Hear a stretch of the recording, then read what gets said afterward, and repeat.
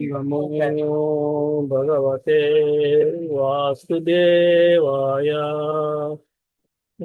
ओम ॐ नमो भगवते वासुदेवाय। नमो भगवते भगवते वासुदेवाय। वासुदेवाय। ओम नमो भगवते वासुदेवाय। ॐ नमो भगवते वासुदेवाय। ओम ओम नमो नमो भगवते भगवते वासुदेवाय। वासुदेवाय। नारायणं नमस्कृत्यं नारायणं नमस्कृत्यं नरं चैव नरोत्तमं नरं चैव नरोत्तमं देवीं सरस्वतीं व्यासं देवीं सरस्वतीं व्यासं ततो जयमुदीरये। ततो जयमुदीरये। नष्टप्रायेषु अभद्रेषु नष्टप्रायेषु अभद्रेषु नित्यं भागवत सेवया नित्यं भागवत सेवया। भगवतीरुत्तमश्लोके भगवतीरुत्तमश्लोके भक्तिर्भवति नैष्टकी। भक्तिर्भवते नैष्ठिकी। कृष्णाय वासुदेवाय कृष्णाय वासुदेवाय देवकीनन्दनाय च देवकीनन्दनाय च नन्दगोपकुमाराय नन्दगोपकुमाराय गोविन्दाय नमो नमः। गोविन्दाय नमो नमः। ॐ अज्ञानतिमिरान्धस्य ज्ञानाञ्जनाशलाकया चक्षुरुन्मिलितं येन तस्मै श्रीगुरवे नमः। श्रीचैतन्यमनोभीष्टं स्थापितं येन भूतले स्वयं रूपः कदा मह्यं ददाति स्वापदान्तिकम्। वन्देऽहं श्रीगुरो श्रीयुतापदकमलं श्रीगुरुं वैष्णवांश्च श्रीरूपं साग्रजाता सहगना रघुनाथान्वितं तं सजीवं साद्वैतं सावधूतं परिजनासहितं कृष्णचैतन्यदेवं श्रीराधा कृष्णपदा सहगना ललिता श्रीविशाखान्वितांश्च हे कृष्णा करुणा सिन्धु दीनबन्धो जगत्पते गोपेश गोपिका कान्त राधा कान्ता नमोस्तुते। तप्त कांचना गौरांगी राधे वृंदावनेश्वरी वृषभानुसुते देवी प्रणमामि हरिप्रिये। वाञ्छाकल्पतरुभ्यश्च कृपा सिन्धुभ्य एव च पतितं पावनेभ्यो वैष्णवेभ्यो नमो नमः। नमो विष्णुपादाय कृष्णप्रेष्ठाय भूतले श्रीमते भक्तिवेदान्त स्वामी नामिने सरस्वते देवे गौरवाणी प्रचारिणे निर्विशेषा शून्यवादी पाश्चात्य देशतारिणे। जय श्री कृष्ण चैतन्य प्रभु नित्यानंद श्री अद्वैत गदाधरा श्रीवासदि गौर भक्तवृंद। हरे कृष्णा कृष्णा कृष्णा हरे हरे हरे राम राम राम हरे हरे। हरे कृष्ण। हरे कृष्ण।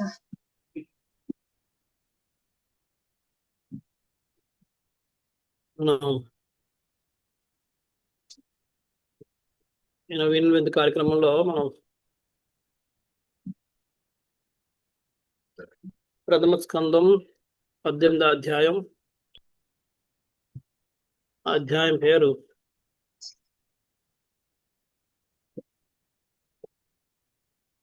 పరిషత్ మహారాజునకు బ్రాహ్మణ కుమార శాపంలో 19వ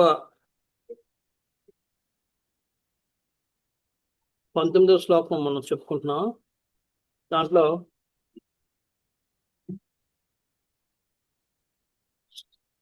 19వ శ్లోకం అయిపోయిందా? చెప్పుకుంటున్నా.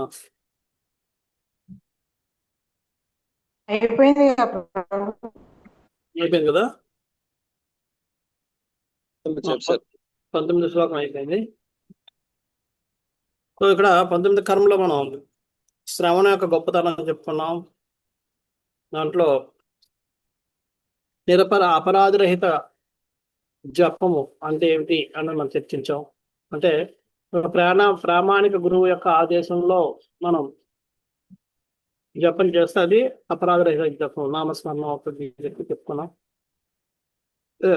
దాంట్లో ఆ నామం యొక్క గొప్పతనం అని చెప్పుకున్నాం. అది ఏ విధంగా మనల్ని పవిత్రం చేస్తుంది అని చెప్పుకున్నాం. అయిన తర్వాత అయితే అక్కడ ఇదే శ్లోకం మీద విశ్వనాథ్ చక్రవర్తి ఠాకూర్లు వారు మరికొంచెం వివరిస్తూ దాని వివరణ ఇస్తారు.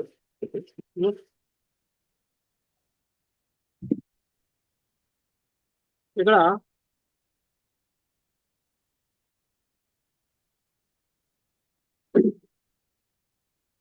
ఇందులో ఒక ఈ శ్లోకం తల సారాంశం ఏంటంటే, ఎవరైతే భగవన్నామ స్మరణం చేస్తారో, ఇక్కడ మనకి ఈ శ్లోకం తలకు అర్థం ఏంటంటే, ఒకరు నిమ్న అంటే చెడ్డ జన్మలో అంటే తక్కువ జన్మలో పుట్టినప్పటికీ, తక్కువ కులంలో పుట్టినప్పటికీ భగవన్నామ స్మరణం చేస్తే వాళ్ళు వారి యొక్క గతిని మార్చుకోగలుగుతారు, ఉన్నత స్థాయి దానికి వెళ్తారు అది మన విధాలకు ఉద్దేశం. అదే ఇక్కడ చోత కోసం చెప్తాడు, నేను విలోమ జాతికి చెందినప్పటికీ ఈ వైష్ణవ సాంగత్యం వల్ల నేను ఉన్నత స్థాయికి వెళ్ళాను, ఈ స్థాయికి వచ్చానని చెప్తున్నాడు. అక్కడ విశ్వనాథ చక్రవర్తి ఠాకూర్ వాళ్ళు అంటారు, అరే అలాగా చెడ్డ అంటే ఒక తక్కువ జాతిలో జన్మం తీసుకోవడానికి కారణం మన యొక్క కర్మ కదా. మన కర్మను బట్టే మనం తక్కువ జాతిలో కానీ తక్కువ అంటే తక్కువ కులంలో కానీ తక్కువ జాతికి చెందిన జీవుగా మనం జన్మ తీసుకుంటాం. అంటే దానికి అర్థం ఏంటి, మనకు ప్రారంభ కర్మ వలన అది జరిగింది, నేను అనుభవించాలి కాబట్టి ఆ విధంగా తక్కువ కులంలో కానీ తక్కువ జాతికి చెందిన అంటే జంతు జాతి కానీ అలాగ తక్కువ జాతిలో కానీ జన్మ తీసుకుంటాను. మరి ప్రారబ్ధ కర్మని నాశనం చేయకుండా ఈ నామస్మరణం ఏ విధంగా ఒకరి యొక్క జన్మని సార్థకం చేయగలుగుతుంది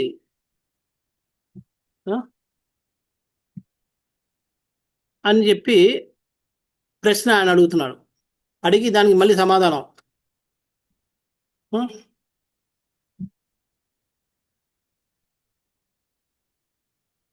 ఏ విధంగా అది ఎందుకు అంటే ప్రారబ్ధ కర్మ అన్నది ఎప్పుడు పోద్ది? ప్రారబ్ధం అంటే అలాగే అనుభవించాలి కాబట్టి అనుభవిస్తేనే పోద్ది, అనుభవించుకుంటే పోదు.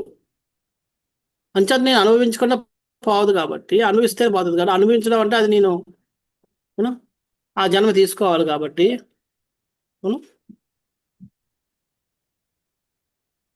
మరి అనుభవించకుండా ఆ ప్రారబ్ధ కర్మ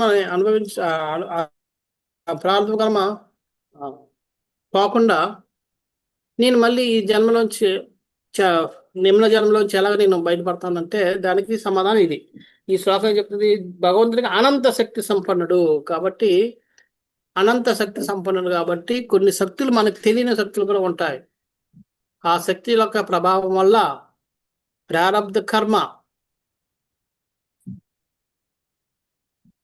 అది నాశనం అవనప్పటికి కూడా మనం మన జన్మ సార్థకం చేసుకోవచ్చు. అది ప్రారంభ కర్మ అనుభవిస్తే కానీ అది పోదు. అది ప్రారంభం అంటే ఆల్రెడీ ఇంకా శాంక్షన్ అయిపోయింది. అంటే అది అనుభవించాలి కాబట్టి అనుభవిస్తేనే పోతుంది కాబట్టి అది అనిపించాల్సిందే ప్రారంభ కర్మ. అలాగే ప్రారంభ కర్మ వల్ల మనకి ఎటువైనా మనది నిమ్న జాతిలో మనకి అంటే తక్కువ కులంలో మనం జన్మించిన ఆ జన్మ మన సార్థకత అయిపోతుంది భగవంతుడికి శక్తి వల్ల. భగవంతుడికి అనంత శక్తులు ఉన్నాయి కాబట్టి అనంత శక్తిలో మనకు తెలియని శక్తి ఏదో ఒకటి పనిచేసి మనల్ని ఆ తక్కువ వర్ణ జాతి నుంచి ఉద్ధరించబడేటట్టు చేస్తుంది అని చెప్పి ఆయన చెప్తున్నారు.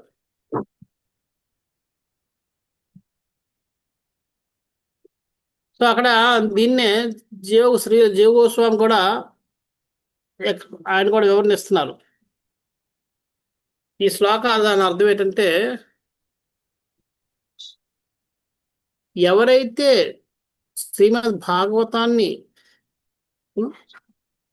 పఠనం చేస్తారో, ఎవరైతే ఉచ్చరిస్తూ ఉంటారో వాళ్ళు జన్మ ఆటోమేటిక్గా తక్కువ స్థాయి నుంచి తీయబడ్డారు. ఎలాగైతే నేను చెప్పున్నా అవైష్ణవ బ్రాహ్మణ అవైష్ణవ గురున్యాస్ వైష్ణవ స్వపాకేశ గురు అని. అంటే అవైష్ణవ అయితే బ్రాహ్మణుడు కూడా షట్కర్మ నిపుణో విప్ర మంత్రతంత్ర విశారద విప్రుడు అలా అయినప్పటికీ కూడా అవైష్ణవుడు అయితే గురున్యాస్ గురువు అవలేడు. అలా కాకుండా వైష్ణవుడు అయినప్పుడు స్వపాకో గురువు. స్వపాక అంటే కుక్క మాంసం తిన్న జాతిలో పుట్టినప్పటికి కూడా ఆయన గురువుగా మనం తీసుకోవచ్చు వైష్ణవుడైతే. అంటే వైష్ణవుడు అంటే అర్థం ఏంటి? విష్ణు పూజించేవాడు, విష్ణునామ స్మరణ చేసేవాడు, విష్ణువు సేవ చేసుకునేవాడు అని అర్థం. ఎవరైతే కృష్ణుని యొక్క నామాన్ని తీసుకోవడం ద్వారా వైష్ణవుడు అయిన వాడు తక్కువ జాతిలో పెంచిన ఆయన నిమ్న కులం నుంచి ఉన్నత స్థాయికి వెళ్ళి ఉన్నత జాతిలో ఉన్న గురువు స్థాయికి ఎలాగైతే వెళ్ళగలడో, అదే విధంగా శ్రీమద్ భాగవతాన్ని మనం పఠనం చేయడం ద్వారా, లేదా వినడం ద్వారా, కీర్తనం చేయడం ద్వారా కూడా మనం అదే విధంగా మనం ఉద్ధరించబడతాం అని చెప్పి శ్రీల జీవ గోస్వామి వారు దీని మీద ఇంకొంచెం వివరణ ఇస్తారు. ఇది అంటే ఈ విధంగా భగవంతుడు అనంత శక్తులు ఉన్నాయి కాబట్టి అనంత శక్తుడు మహాత్ముడు బురుతులు ఒకటి భగవాన్ అనంతుడిగా అనంతుడు అందుకని పిలువబడ్డాడు. కాబట్టి అటువంటి అనంతుడు తన యొక్క అనంత శక్తి ద్వారా రకరకాలుగా మనకు తెలియని విధంగా కూడా ఆయన మనల్ని ఉద్ధరించగలడు అని మనం అర్థం చేసుకోవాలి. అలాగే ఏతావతాళం నను సూచితేన గుణైరసామ్యాన త్రిసాయనస్య ఇత్వేతరాన్ ప్రార్థయతో విభూతిర్ యస్యాంఘ్రిరేణుం జుషతేన బిత్సో. పూర్ణ పురుషోత్తములకు భగవానుడు అనంతుడనియు సాటి లేని వాడనియు ఇప్పుడు ధ్రువపరపబడినది. ఆ కారణమున అతన్ని గూర్చి ఎవరునూ సమగ్రముగా వర్ణింపజాలరు.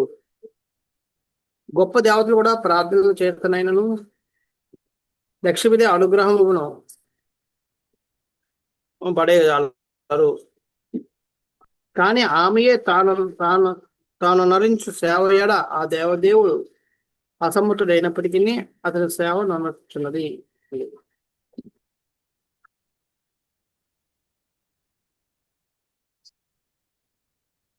ఇక్కడ పూర్ణ పురుషోత్తముడు అయిన భగవంతుడు కృష్ణ భగవానుడు అనంతుడు కాబట్టి అనంతుడు అన్న అర్థానికి మనం ఎప్పుడైతే మనల్ని అర్థం చేసుకోగలం అనుకుంటున్నాడో ఆయన అనంతుడు కానట్టే, అంతే కదా. ఇప్పుడు ఇన్ఫినిటీ వాల్యూ నాకు తెలుసండి అంటే అర్థం ఏంటి? అది ఇన్ఫినిటీగా కాదు. అదా మ్యాథ్స్ లో ఇన్ఫినిటీ అనేది ఉంటుంది. ఇన్ఫినిటీ అంటే దానికి మనం దాని వాల్యూ అంటే మనం చెప్పలేం. నేను దాని వాల్యూ చెప్పగలను అంటే రెండు స్టేట్మెంట్ వ్యతిరేకం. అయితే మనం ఇన్ఫినిటీ కోసం మాట్లాడడం లేదు. ఇన్ఫినిటీ కోసం మాట్లాడితే మనం 1 ఇంచ్ చెప్పలేము. ఇన్ఫినిటీ వాల్యూ ఎంత అని చెప్పలేము కదా, అది ఇన్ఫినిటీ అంటాం. అదే విధంగా ఇక్కడ భగవంతుడు అనంతుడు అని చెప్పాడు కాబట్టి అనంతుడు నేను తెలుసుకోగలను, నాకు తెలుసు, లేకపోతే నేను అర్థం చేసుకోగలను అని అది ఆయన మనం సంపూర్ణంగా వర్ణించగలను అనుకుంటే అది పొరపాటు. అందుకనే చెప్తాను అందుకు కాబట్టి ఆ కారణం అతన్ని గూర్చి ఎవరినూ సమగ్రముగా వర్ణింపజాలరు. అదే ఆయన ఎవరు కూడా సంపూర్ణంగా వర్ణింపలేరు, ఎందుకంటే ఆయన అనంతుడు. అలాగే ఇంకొకటి కూడా చెప్తున్నారు ఉదాహరణ. దేవతలందరూ కూడా ప్రార్థిస్తూ లక్ష్మీదేవి కృప కోసం ప్రార్థిస్తూ ఉంటారు, లక్ష్మీదేవి కృపను పొందుతూ ఉంటారు. అటువంటి లక్ష్మీదేవి కూడా ఈ భగవంతుడి యొక్క పాద పద్మాలను వదలకుండా ఆమె సేవ చేసుకుంటూ ఉంటుంది. ఆమె సేవ కృష్ణుడు నచ్చలేదన్నా సరే ఆమె వదలలేదు. దాన్ని బట్టి కృష్ణుని యొక్క స్థాయి ఏంటని మనం అర్థం చేసుకోవచ్చు. అందుకని మనం భగవంతుని పూర్తిగా అర్థం చేసుకుంటాం అనేది మనం చెప్పలేము.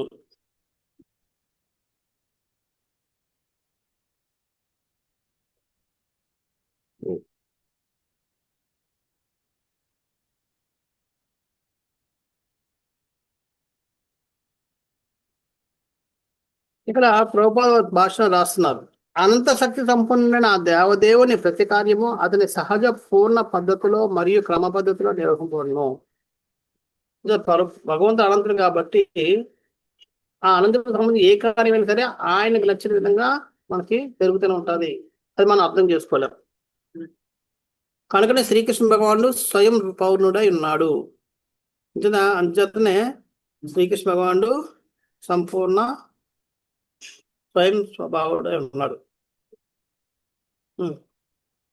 అక్కడ లాస్ట్ చదువు. ఆ దేవదేవుడు దివ్యమైన అచింత శక్తులచే పూర్ణుడై ఉన్న కారణమున అతని సంకల్ప మాత్రము చేతనే ప్రతిదీను నిర్వహింపబడును. అది భగవంతుడు ఏం చెయ్యక్కలేదు, ఆయన సంకల్పం చేత ఆయన ప్రతిదీ జరుగుతూ ఉంటుంది అన్నది నన్ను తెలుసుకోవాలి.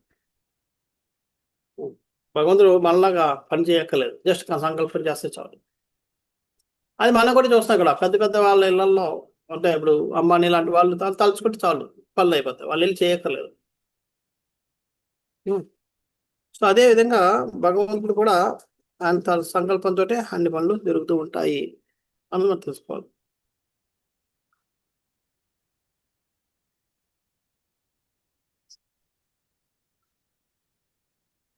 ఇక్కడ విశ్వనాథ చక్రవర్తి ఠాకూర్ దీని మీద రాస్తూ అంటారు,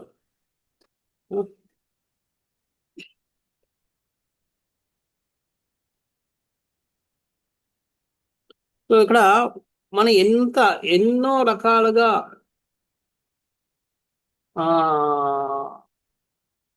అటెంప్ట్స్ అంటే ప్రయత్నాలు జరిగాయి భగవంతుని అర్థం చేసుకోవడానికి.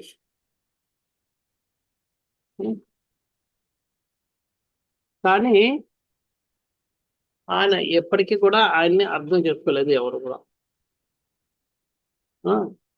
కూడా ఆయన యొక్క గుణాలన్నింటినీ వర్ణించాలని ఇప్పటి వరకు చెప్పుకోలేకపోయారు.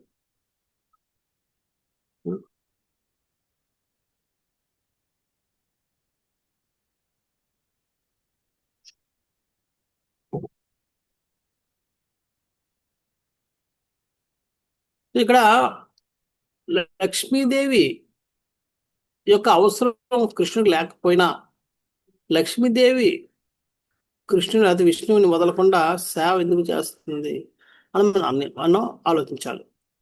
ఆమె కృప కోసం బ్రహ్మ, రుద్ర, శివుడు ఇలాంటి అందరూ ప్రార్థన చేస్తుంటే, మిగతా దేవతలను ప్రార్థిస్తుంటే ఆ దేవతల ప్రార్థనలను విడిచిపెట్టి ఈమె వచ్చి ఇక్కడ విష్ణు యొక్క పాదాలకి సేవ చేసుకుంటూ కూర్చుంది. అది విష్ణువుకి అవసరం లేదు. లక్ష్మీదేవి అక్కడ పాదాలు నొప్పపోయిన విష్ణువు ఉండగలడు, ఎందుకని ఆయన స్వయం ప్రకాశం, స్వయం రూపం అయినప్పటికీ కూడా లక్ష్మీదేవి విష్ణు యొక్క పాదాలను విడిచిపెట్టకుండా ఆమె కావస్తే బ్రహ్మ రుద్ర వీళ్ళ ప్రార్థనలన్నీ విడిచిపెడుతుంది, కానీ విష్ణు యొక్క పాదాలు విడిచిపెట్టడానికి ఆమె సిద్ధంగా లేదు. దీన్ని బట్టి భగవంతుడు ఎంత గొప్పవాడు అన్నదాన్ని మనం అర్థం చేసుకోవచ్చు.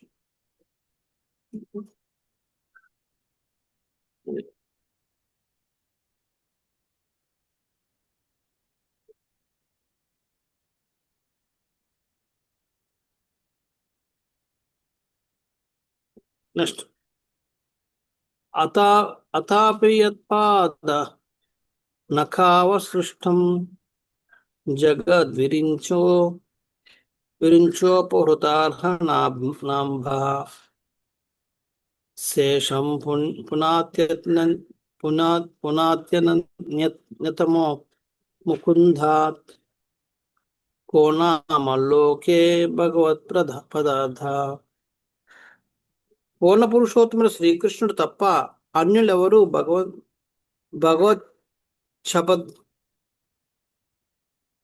భగవద్బద్ధములకు యోగులై ఉన్నారు.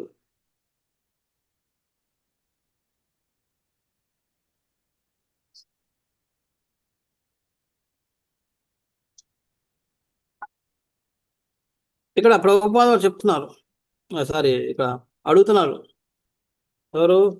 యశోద గోస్వామి చెప్తున్నాడు, పూర్ణశ అంథాపి అందుచేత యత్పాద నఖావ సృష్టం, ఎవరి పాదనఖముల నుండి, నఖములు అంటే గోర్లు, నఖ అవసృష్టం బహిర్గతం ఉందా? ఎవరి బహిర్గతవాడు? జగత్ విరించ, జగత్ అంటే జగత్తు, విరించ అంటే బ్రహ్మదేవుడు, ఉపహృత ఇలాగా అంటే పూర్ణ పురుషోత్తమునకు శ్రీకృష్ణుడు తప్ప అన్యులెవరు భగవత్ శబ్దములకు యోగులై ఉన్నారు. శివునికి అర్ఘ్యముగా నొసగట్టుకు బ్రహ్మదేవుడు ఆ దేవదేవుని పాద నఖముల నుండి బహిర్గతముకు జలమును గ్రహించి ఉండెను. ఆ జలమే గంగా జలము. ఆ జలం పరమశివునితో సహా సమస్త జగత్తును పావనమనొచ్చుతున్నది. ఇక్కడ భగవంతుని పాద చరణాల మీద నుంచి వెళ్తున్న నీళ్లు ఈ జగత్తునే కాకుండా శివుడు లాంటి, రుద్రుడు లాంటి వాడిని కూడా పావనం చేస్తుంది. అటువంటి జలాన్ని కలిగి ఉన్న భగవంతుడు తప్ప వేరే వాళ్ళకి ఎవరికే పూర్ణ పురుషత్వం అనే పదం ఎలా మనం వాడగలం అని చెప్పి అడుగుతున్నారు. అంతే, ఆయన అక్కడే దానికి అర్హుతులు అలా పిలిపించుకోవడానికి అని చెప్పి ఆయన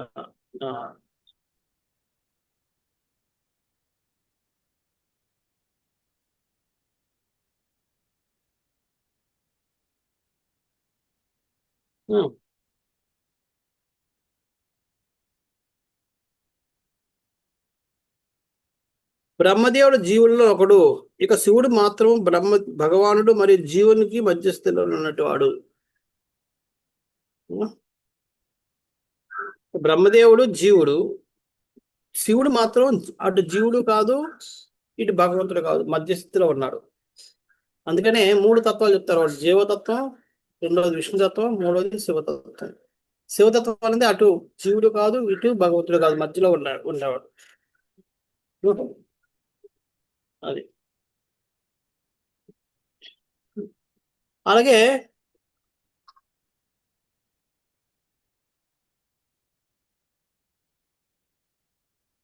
కానీ జీవులు ఆ దేవదేవుని ప్రధాన విస్తారములు ఎంతటి శక్తివంతులు కారు. కనుకనే విస్తారంలో 2 రకాలు కలవు. బ్రహ్మదేవుడు జీవులలో ఒకడు, ఇక శివుడు మాత్రం భగవాను మరియు జీవుని మధ్యస్థితిలో ఉన్నవాడు. అనగా బ్రహ్మరుద్రాలు వంటి ప్రముఖ దేవతలే భగవానుడైన విష్ణువుతో సమానులు కానీ అధికులు కానీ కారు.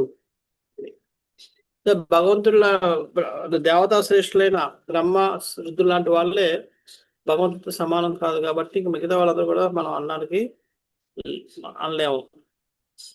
లక్ష్మీదేవి మరియు బ్రహ్మ రుద్రాది ఇతర శక్తివంతుల దేవతలే శ్రీకృష్ణ భగవాన్ సేవలు నియుక్తులనగా ఆ ముకుందుడు తప్ప వేరెవరు భగవాన్గా పిలువబట్టు కాగలరు. అంచేత లక్ష్మీదేవి, బ్రహ్మ, రుద్రుడు వీళ్ళే భగవంతుని యొక్క ప్రార్థనలో భగవంతుడి యొక్క సేవలో నిమగ్నమై ఉన్నారు కాబట్టి విష్ణు తప్ప వేరే వాళ్ళు మనకి భగవంతుని చెప్పుకోవడానికి కూడా అర్హులు కాదు, చెప్పుకోలేరు. ఉం.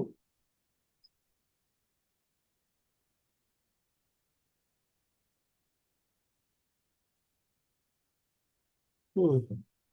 అలాగే బ్రహ్మదేవుడు, శివుడు, లక్ష్మీదేవి నుండి ప్రత్యక్షంగా ఏర్పడిన బ్రహ్మ సాంప్రదాయము, రుద్ర సాంప్రదాయము, స్త్రీ సాంప్రదాయం అన్నవి అందు ముఖ్యమైనవి. ఇంకోటి ఉంది,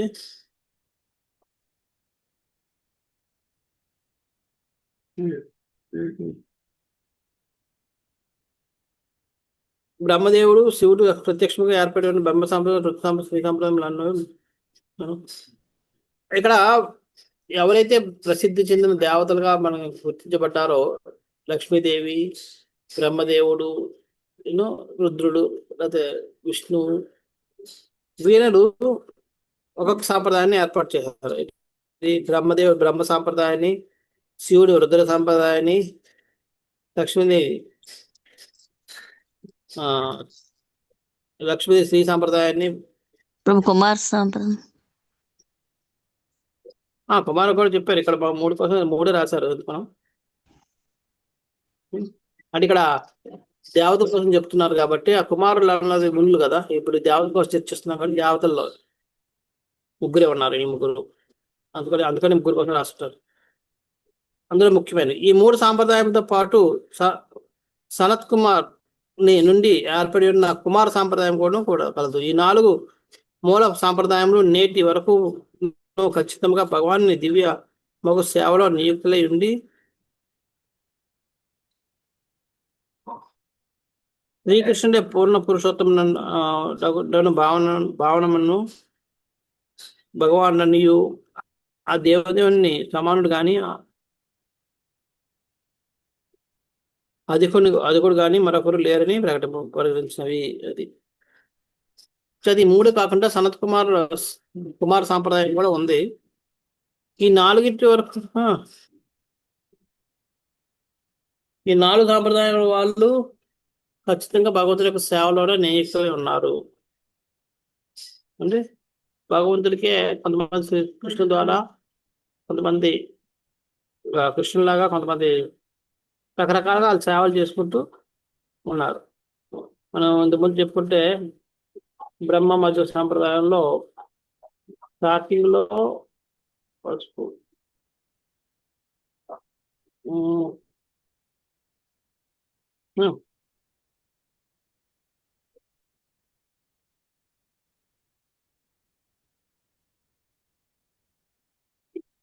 ఈ 4 సాంప్రదాయాల్లో చూడండి.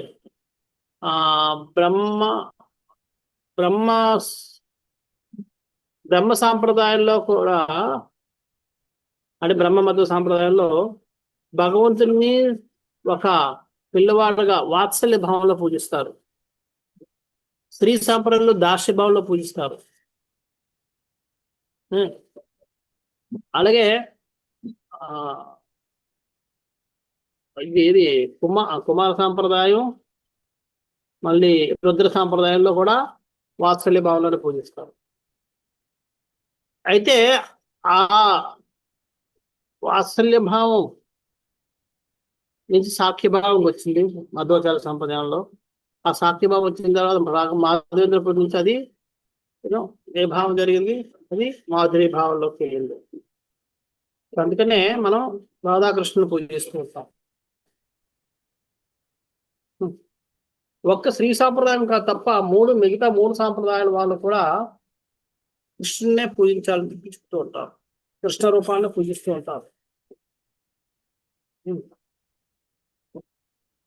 సో ఇలాగా ఈ 4 సాంప్రదాయాలు మనకి ప్రముఖమైనవి.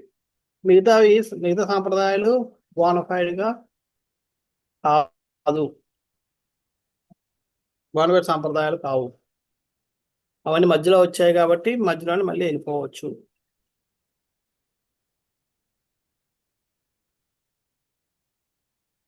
ఇక్కడ కృష్ణ చక్రవర్తి ఠాకూర్ వాళ్ళు ఈ శ్లోకం మీద వ్యాఖ్యానిస్తూ ఇలా చెప్పారు.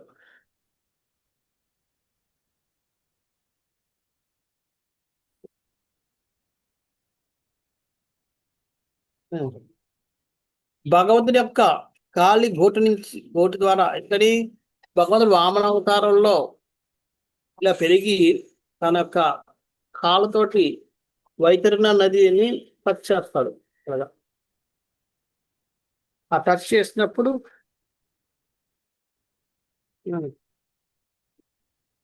ఆ వైతరణ నది యొక్క కింద లేయరు ఈ కాలి బటన్ మీద గోరు తగులుతుంది. అలాగా గోరు తగిలినప్పుడు ఆ గోరు నుంచి ఒక బిందు ఇలా కాలుగా కిందకు వస్తుంది.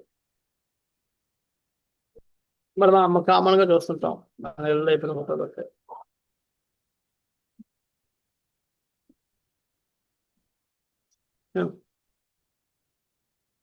అటువంటి ఆ పా ఆ గోటి నుంచి వచ్చిన గంగా నది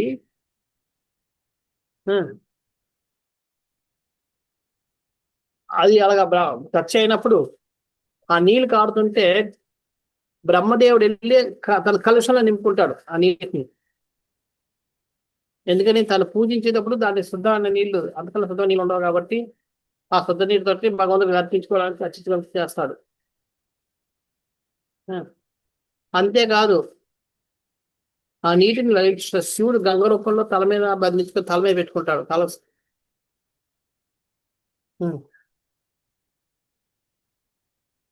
సో ఆ విధంగా అది తల మీద ఎందుకు పెట్టుకుంటాడు? మనం ఏదైనా ఎప్పుడు పెట్టుకుంటాం తల మీద ఏదైనా మనం మనం శుద్ధం చేసుకోవాలనుకుంటే మన తల మీద నీళ్ళు జల్లుకోవడం కానీ తల మీద పెట్టుకుంటాం ఆరు తీసుకునేలాగా. అంటే అదేంటి వాళ్ళకి ఆశీర్వాదాలు మనందరం శుద్ధం అవ్వాలని చెప్పి. మరి శివుడు కూడా తనను తాను శుద్ధం చేసుకోవడానికి ఆ నీటిని తన శిరస్సు మీద పెట్టుకున్నాడు. అంతేకాక అటు వదిలితే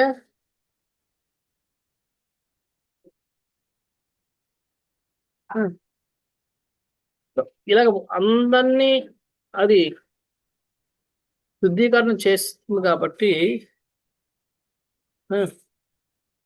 అటువంటి వాటర్ని మనం సామాన్యంగా తీసుకోవడానికి లేదు.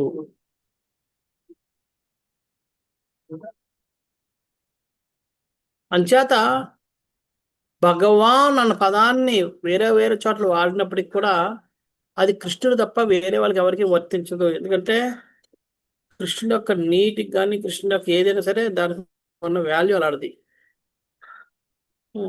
అంచేత అందుకనే భగవాన్ పదం కొన్నిసార్లు వేరు వేరు సందర్భాలను బట్టి వేరు వేరు వాళ్ళకి మనం ఉపయోగిస్తాం. అది మనం ముకుందుడు తప్ప వేరే వాళ్ళకి ఎవరికి కూడా వర్తించదన్న విషయాన్ని మనం గుర్తుపెట్టుకోవాలి. ఓకే, ఎందుకంటే అది మనం కొన్నిసార్లు మన ఫ్రెండ్స్ కానీ ఎవరైనా సరే స్వామీజీ చెప్పండి ఏంటి అంటారు. లేదంటే ఇప్పుడు మమ్మల్ని కూడా స్వామీజీ బయట అంటారు. నేను స్వామీజీ అనుకోవడానికి లేదు. మనం కూడా మన ఎవరైనా చెప్తుంటాం చెప్పు మహారాజ్, లేదంటే ఏదైనా అలా మనం పిలుచుకున్నప్పుడు దాని అర్థం ఏంటంటే మనం అయిపోయామని కాదు. అది మనకి ఏంటంటే అలాగే కొన్నిసార్లు సందర్భాలు ఓకే వాళ్ళు మన మీద ఉన్న గౌరవం, వాళ్ళకంటే మనం ఉన్న స్థితిలో ఉన్నామని భావించి మనం మీద ఉన్న గౌరవం కొద్దీ వాళ్ళ విధంగా పిలవచ్చు, కానీ మనం తీసుకోవడానికి లేదు. అదే విధంగా ఈయన చెప్తున్నాడు భవిష్యత్తులో ఇప్పుడే మీరు ఇటువంటి పొగడ్తలకి ఏదైతే ఇటువంటి పిలుపులకి గురైనప్పుడు మనం వెంటనే అర్థం చేసుకోవాలి, వీలు కాదు నిజమైన భగవంతుడు లేదా నిజమైన అనంతుడు దేవదేవుడు శ్రీకృష్ణుడు అనే విషయాన్ని మనం గుర్తు చేసుకుంటూ ఉండాలి. ఎందుకంటే ఆయన ప్రతి ఒక్కరికి భగవంతుడు, నమ్మిన వాడికి నమ్మని వాడికి అందరికీ.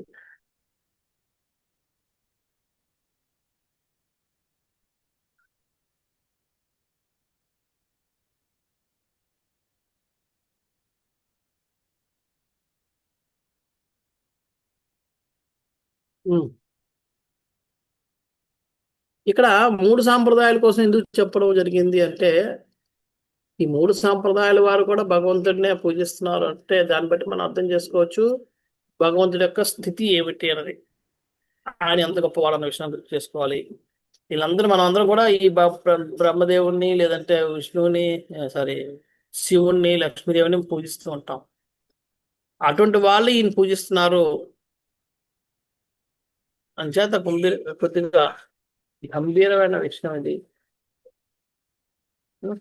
ఇంకొంచెం వివరిస్తూ శంభు సదాశివ ఇద్దరు కూడా ఒకటే అనే విషయాన్ని ఆయన ప్రూవ్ చేస్తూ కొన్ని ప్రామాణిక ప్రమాణాలతోటి ఆయన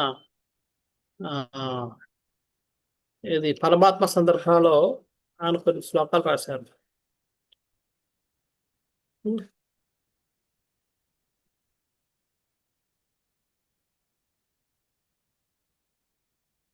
అది సదాశివుడు ఎవరు అంటే విష్ణు యొక్క విస్తరణ.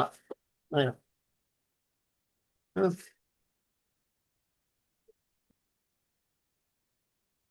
యత్రానురక్త సహసైవ ధీర వ్యపోహ దేహ సంగమూలం ప్రజంతి తత్పరమ హంసమంత్యం యస్మిన్ హింసోపశమస్వధర్మ. దేవదేవుడికి శ్రీకృష్ణుయందు అనురక్తులైన ధీర పురుషులు అహింస వైరాగ్యముల నుండి అనుఫలితములను కలిగిన పరమహంస స్థితిని పొందుటకే స్థూల స్నేహము మరియు సూక్ష్మ సమస్యతో సహా సమస్త భౌతిక సంగమును క్షణంలో విడిచుచున్నారు.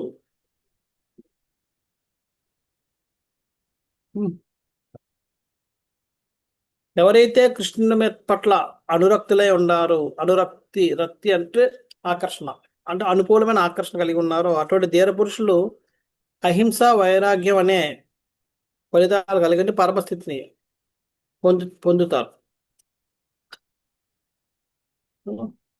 అటువంటి పరమస్థితిని పొందడం కోసం వాళ్ళు ఏం చేస్తారు, ఈ స్థూల శరీరం మీద కానీ సూక్ష్మ శరీరం మీద కానీ ఉన్న మమకారాన్ని వాళ్ళు విడిచిపెడతారు. వెంటనే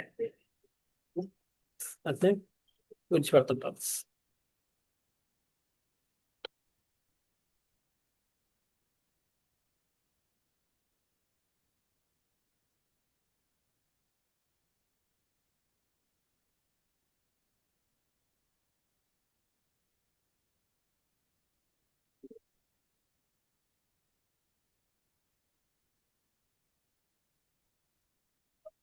వాళ్ళు ఎందుకు విడిచిపెట్టగలుగుతారు? వాళ్ళకి అనురక్తి, భగవంతుడి మీద ఉన్న అనురక్తి ఉండడం వల్ల వాళ్ళు ఈ వైరాగ్యం అనేది చాలా తొందరగా వాళ్ళకి వస్తుంది. ఆ వైరాగ్యం వల్ల వాళ్ళు స్థూల శరీరంతో పాటు సూక్ష్మ శరీరం పట్ల కూడా, అలాగే ఈ భౌతిక జగత్తులో ఉన్న సాంగత్యాన్ని కూడా వాళ్ళు వెన్న క్షణాలు విడిచిపెడుతున్నారు. ఆ చేయడానికి కారణం వాళ్ళకి భగవంతుడి పట్ల ఉన్న అనురక్తి.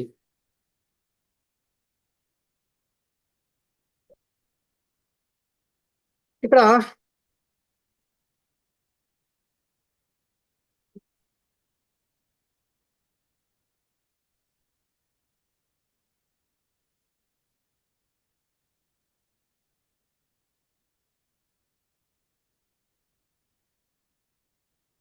వాస్తవ ధీరత్వం ఉన్నది ఇంద్రియములను కృత్రిమ రీతిలో బలవంతంగా ఇంద్రియ భాగులు నిగ్రహించడం ద్వారా సాధింపబడదు. పవిత్రములైన ఇంద్రియములను శ్రీకృష్ణ భగవాన్ దివ్యము భక్తి సేవలను నియుక్తిగా కావించి ఆ దేవదేవుని అనురక్తులగుత ద్వారానే ఈ కార్యము సాధింపగలదు. నిజమైన ఇంద్రియ నియంత్రణ ఏ విధంగా అవుద్ది? కృత్రిమంగా అవదు, బలవంతంగా మనం చేయడం వల్ల అవదు. ఈరోజే భాగవత క్లాసులు చెప్తున్నారు. హ్యాబిట్ అంటే అర్థమైతే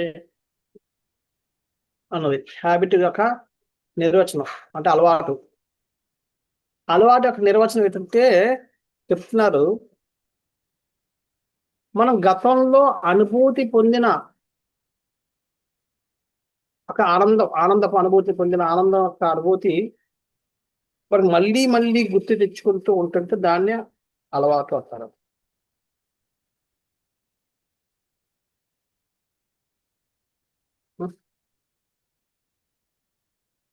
పూర్వంలో మనం అనుభూతి పొందిన ఆనందపు అనుభూతిని మళ్ళీ మళ్ళీ గుర్తు చేసుకుంటూ ఉండడాన్ని అలవాటు అంటారు. అదేంటి మరి అలవాటు అంటే ఏదో పని చేయాలి కదా, అంటే అక్కడ చెప్పారు అలాగా. అది అది మళ్ళీ మళ్ళీ మనకు గుర్తుకొస్తుంది కాబట్టి మనం ఏం చేస్తున్నాం, దాన్ని అనుభవించడం కోసం మళ్ళీ మళ్ళీ ఆ పని చేస్తాం.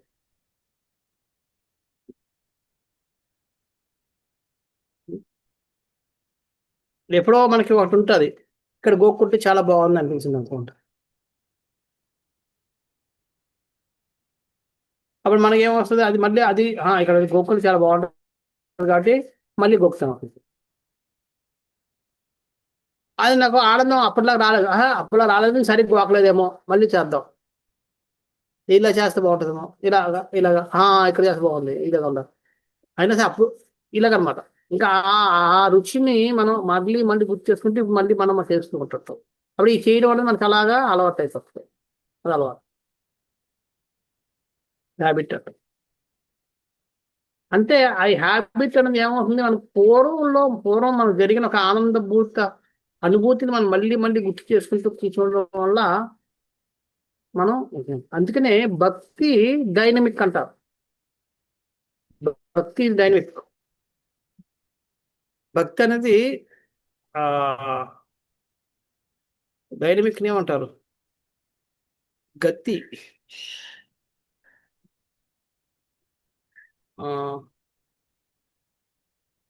డైనమిక్ ఏమంటారు తెలుగులో ఎవరైనా అనుకుంటే,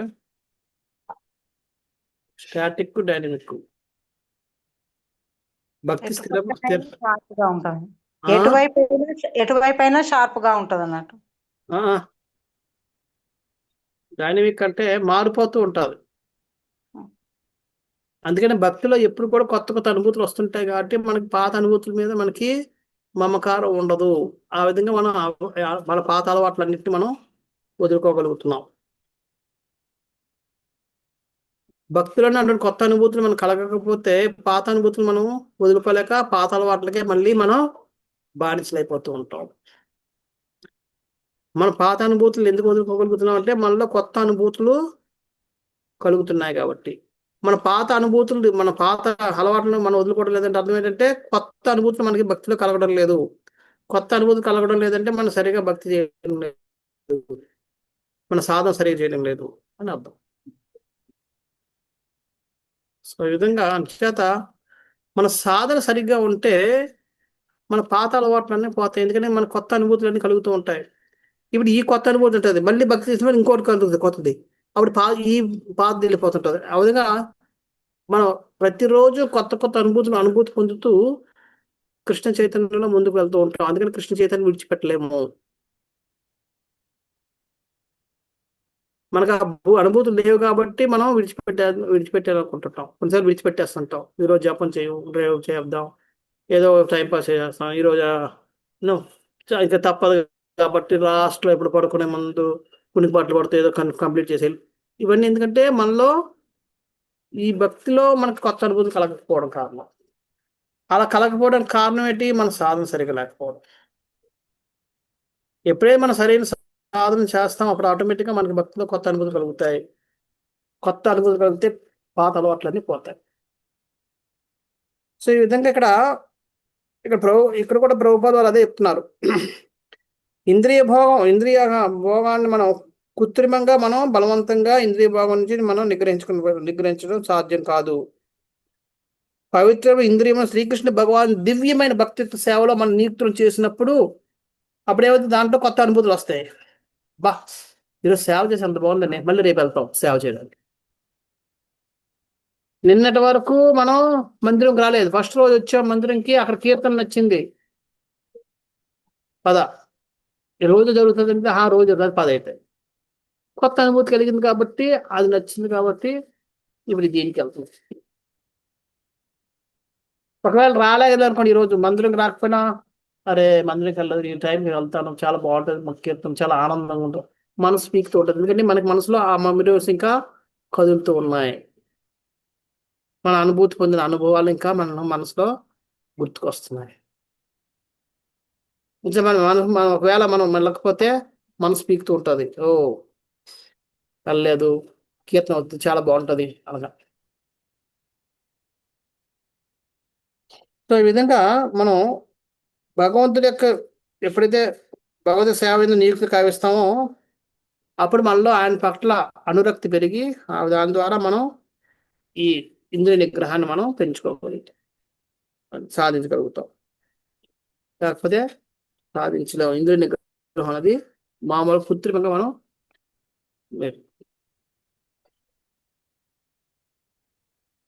అనగా ఇంద్రియముల బలవంతంగా అనుచుట సాధ్యపడకపోయినను వాటిని చక్కని వ్యాపకం మాత్రము కల్పించవచ్చును. కనుకనే పవిత్రత చెందిన ఇంద్రియములకు సదా శ్రీకృష్ణ దివ్య సేవ యందు నియుక్తములగును. ఇంకా మనం ఇంద్రియాలు మనం అణచివేయడం సాధ్యం కాదు కాబట్టి మనం ఏం చేయాలి? ఆ ఇంద్రియాలు మనం భగవంతుడి సేవలో మనం నియుక్తం చేయగలుగుతాం మనం. ఇందులో ఆ ఎత్తుగా సంపూర్ణంగా సేవా రతములైన స్థితియే భక్తి యోగం అనబడును. ఎప్పుడైతే ఇంద్రియాలు ఆ సేవలో ఆనందాన్ని అనుభూతి పొందుతూ ఉంటాయో దాన్నే భక్తి యోగం. అనగా భక్తి యోగంలో రతులైన వారు వాస్తవంలో ధీరులే, ఇంద్రియ నిగ్రహం కలిగిన వారే. అటువంటి వారు కృష్ణ సేవార్థమే గృహబంధమునైనను స్థూల దేహబంధమునైనను క్షణంలో విడిచిపెట్టగలరు. ఎప్పుడైతే అటువంటిది ఆనందం కలుగుతుందో అప్పుడు ఏం చేసినా సరే మనం ఏదో రకంగా మందిరంకి వచ్చేస్తాం సేవ చేయడానికి కదా, అందులో మనకి అనుభూతి ఉంది కదా. సో ఆ విధంగా మనం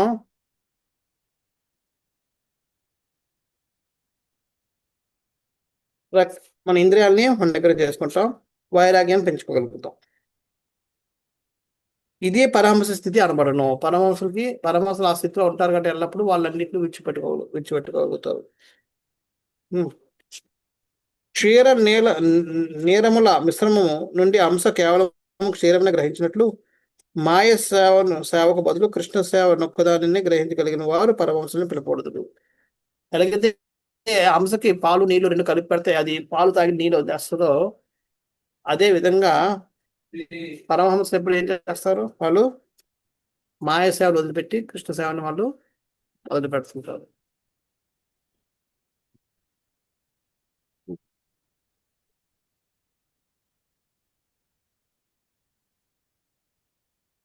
ఈ విధంగా మనకి పరమహంస స్థితికి ఏ విధంగా చేరుస్తామని చెప్తున్నారు.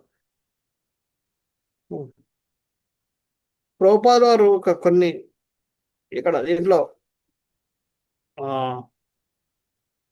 ఇది చెప్తున్నారు.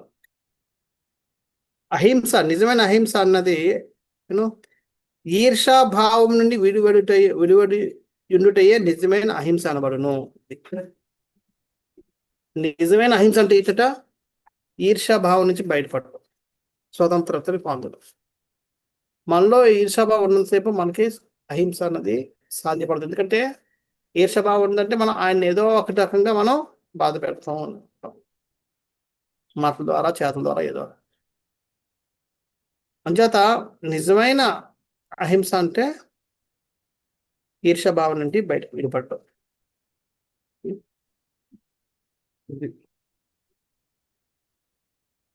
అలాగే నిజమైన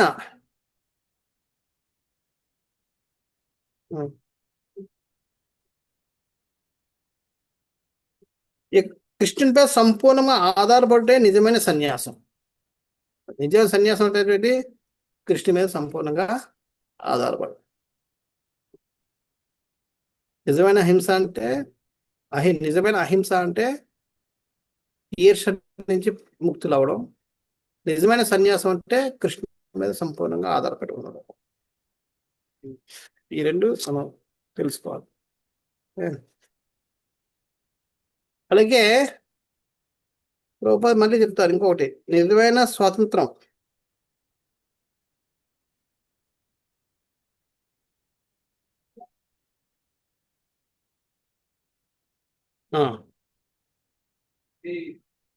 భౌతిక ప్రకృతి యొక్క పరిస్థితులపై ఆధారపడక శ్రీకృష్ణ భగవాని కరుణపైనే సంపూర్ణ విశ్వాసం కలిగి ఉండటం అన్నది నిజమైన స్వతంత్రం అనబడు.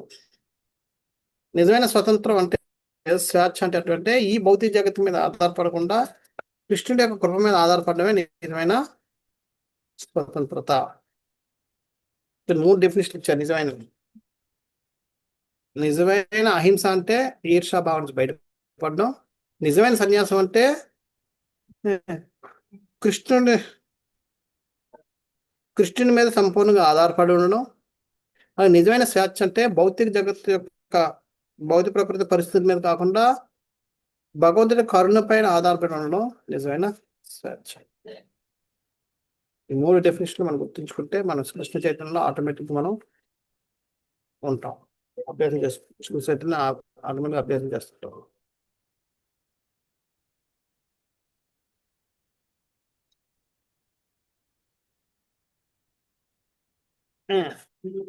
ఇక్కడ కృష్ణ చక్రవర్తి టాకులో మరొక మాట రాస్తారు.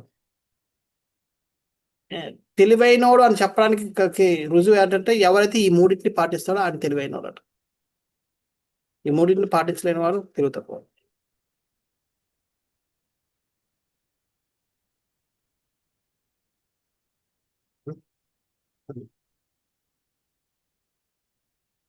అలాగా.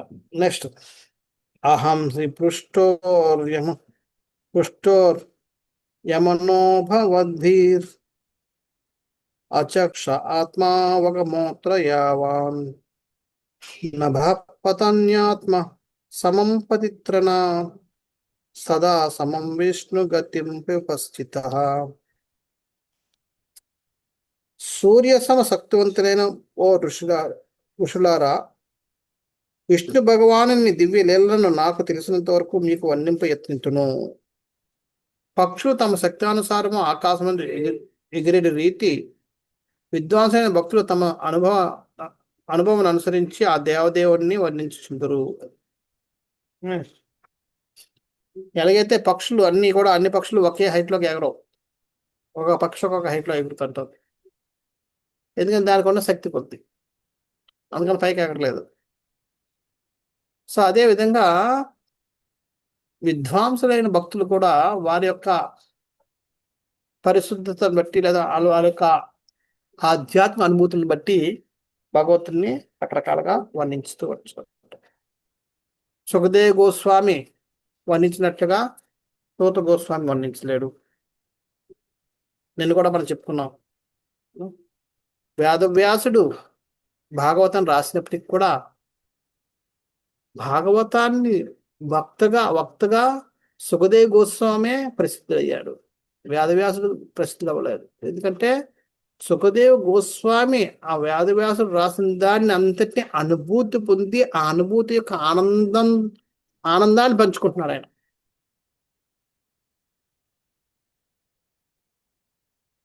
అంచేత ఆయన వక్త, భాగవతానికి సరైన వక్త.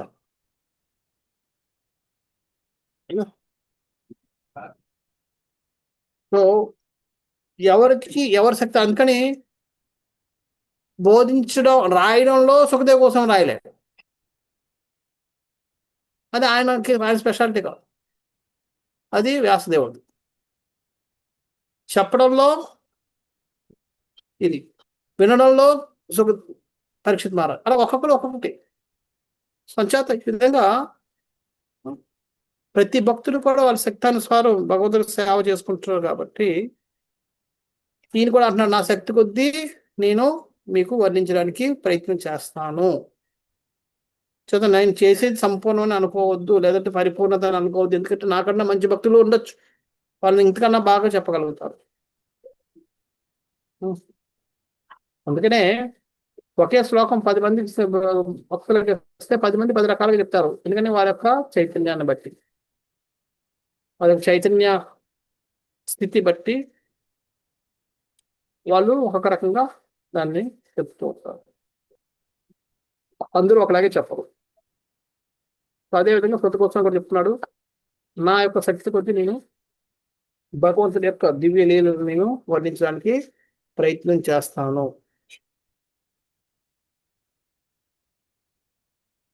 ఇక్కడ ప్రభుపాదులు వారు రాస్తున్నారు, ఏ జీవుడును తమ పరిమితి శక్తి ద్వారా అనంతమైన దానిని ఎరుగుజాలడు.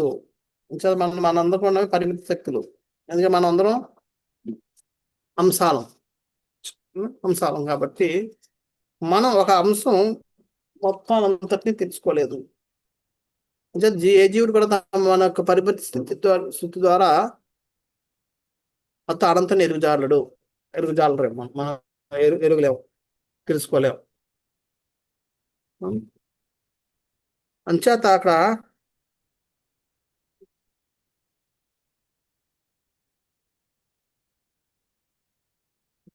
చెప్తున్నారు లాస్ట్ లైన్, వాసన శ్రీకృష్ణ భగవానుడే తనను గూర్చి సంపూర్ణంగా వివరింపగలడు. ఆ దేవదేవుని భక్తులు సైతము తన కొసగబడిన వర్ణనాశక్తిని అనుసరించి అతని గురించి వివరింపగలరు. భగవంతుడు తప్ప ఇంకెవరు కూడా భగవంతుడి కోసం చెప్పుకోలేరు. ఒక భక్తుడు చెప్పినా సరే భక్తుడు కూడా ఎంత చెప్పగలడు? భగవంతుడు తనకి ఎంతైతే కరుణ చూపించాడో అంతవరకే వర్ణించగలడు, కానీ అంతకుమించి ఎక్కువ వర్ణించలేడు. సో ఒక కృష్ణుడి కోసం కృష్ణుడు తప్ప ఇంకెవరు కూడా వర్ణించుకోలేరు. ఇక్కడ కృష్ణా చక్ర ఠాకూర్ వారు దీని మీద మరికొంచెం వివరిస్తున్నాడు. ఇక్కడ ఏమంటున్నాడు? సూర్య సమ శక్తివంతులైన ఓ ఋషులారా అని చెప్తున్నాడు. మీ అందరూ కూడా ఎలాంటి వాళ్ళు? సూర్యుడితో సమానం. అంటే మీ అందరూ కూడా సూర్యుడు లాంటి వాళ్ళు. మీకు ముందు నేను చెప్పే అంత స్థాయి లేదు, కానీ నేను ఎంత చెప్పగలను? నేను ఎంతైతే అంత అర్థం చేస్తున్నా అంతకన్నా చెప్పగలను.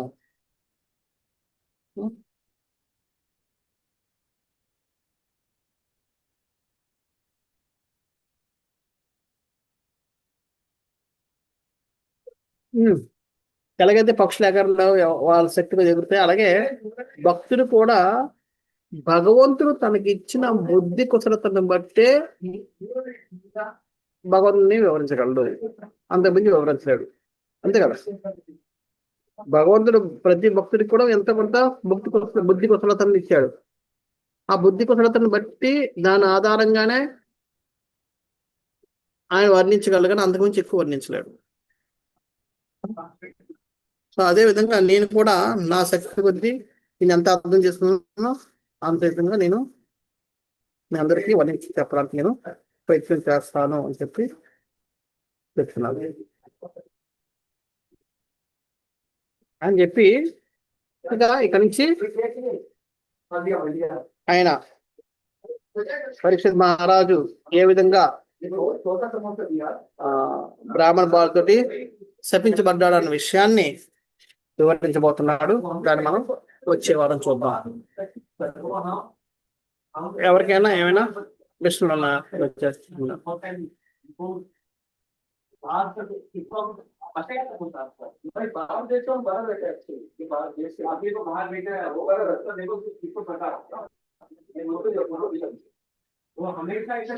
కృష్ణ ప్రభుజీ, ధన్వత్ ప్రణాం ప్రభుజీ. చెప్పవచ్చు ప్రభుజీ.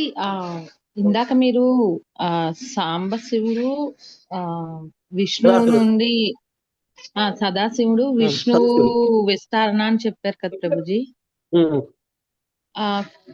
ఇప్పుడు క్వాలిటీస్ చూస్తే బ్రహ్మదేవుడు, శివుడు, విష్ణువు అలాగా డివైడ్ అవుతాయి కదా. మరి సదాశివుడు క్వాలిటీస్ అన్న శివుడికి చెప్పేవి ఒకటేనా అవుతాయా Prabhuji? 54 qualities. Okay, thank you Prabhuji. సదాశివుడి నుంచే శివుళ్ళు వస్తారు.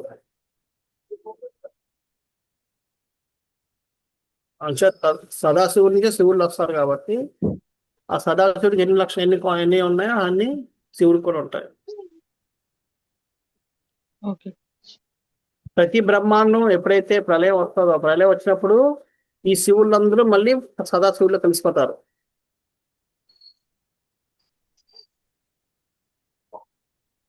అది ఆ విధంగా వాళ్ళు వెళ్ళి సదాశివుల్లో కలుస్తారు. మళ్ళీ సృష్టించినప్పుడు మళ్ళీ సదాశివుల నుంచి అన్ని మళ్ళీ ఒక్కొక్క విశ్వాంతో ఒక్కొక్క శివుడు వస్తారు.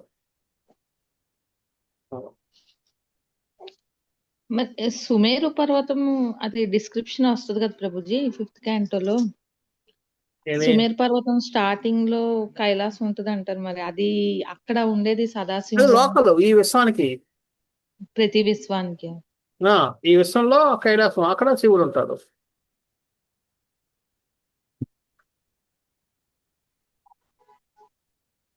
ఓకే శివుడు ఉండే ప్రదేశం. కానీ సదాశివుడు మళ్ళీ ఈ విశ్వాలు ఈ భౌతిక సృష్టికి అంతటికి పైన ఉంటాడు సదాశివుడు. పైన. ఎలాగైతే మహావిష్ణువు ఈ విశ్వాలన్నిటికీ బయట ఉన్నారు కదా, ఈ విశ్వాలన్నీ ఆయన నుంచి వచ్చాయి కదా, ఉమ్, అంటే ఈ విశ్వాలన్నిటికీ బయట ఉన్నారు కదా మహావిష్ణువు. అలాగే సదాశివుడు కూడా ఈ విశ్వాలన్నిటికీ బయట ఉంటారు. ఈ సృష్టి ప్రకృతి సృష్టికి అంతటికి, భౌతిక సృష్టికి అంతటికి. Okay Prabhuji. Thank you Prabhuji. ధన్యవాదాలు. హరే కృష్ణ ప్రభు. ఆ. ఇందాక ఒక పాయింట్ చెప్పారు ప్రభు, అది ఒకసారి చెప్తారు ప్రభు. అదే 3 క్వాలిటీస్ ఏదో ఇంటెలిజెంట్ పర్సన్ ది విశ్వనాథ్ చక్రవర్తి చెప్పారు కదా ప్రభు, ఒకసారి మళ్ళీ రిపీట్ చేస్తారండి. రియల్ రియల్ అహింస, అంటే నిజమైన అహింస, real non violence means free from envy. Okay. అంటే ఈర్ష నుంచి మనం విముక్తి పొందితే అది నిజమైన అహింస. ఈర్ష మనలో ఉన్నది, ఈర్ష భావం మనం ఉందంటే మనం అహింసలో కాదు, అహింసాయుతులం కాదు, హింసాభావం మనలో ఉన్నట్టే. మనం అహింసగా పాల్పడకపోవచ్చు, కానీ మనలో అహింస భావన అయితే ఉంది, అది మనం అంగీకరించాలి. హింసా భావన అయితే ఉందన్నది అంగీకరించాలి. ఎందుకంటే ఈర్ష ఉన్నప్పుడు ఆయన ఏదో చెయ్యాలి అన్న తపన మనలో ఉంటుంది, అది ఎప్పుడో ఒకప్పుడు బయటకు వచ్చేస్తుంది. మన అహింసయుతులు అవ్వలేము. అలాగే నిజమైన సన్యాసం అంటే కృష్ణుడి మీద సదా ఆధారపడి ఉండడం. అది కంప్లీట్లీ డిపెండింగ్ అపాన్ కృష్ణ. అది నిజమైన వైరాగ్యం, సన్యాసం. అలాగే నిజమైన స్వేచ్ఛ అంటే ఈ భౌతిక వస్తువులకు భౌతిక సెటప్ మీద ఆధారపడకుండా కృష్ణుడి యొక్క కృప మీద ఆధారపడి ఉండడం నిజమైన ఫ్రీడమ్. స్వేచ్ఛ. Thank you.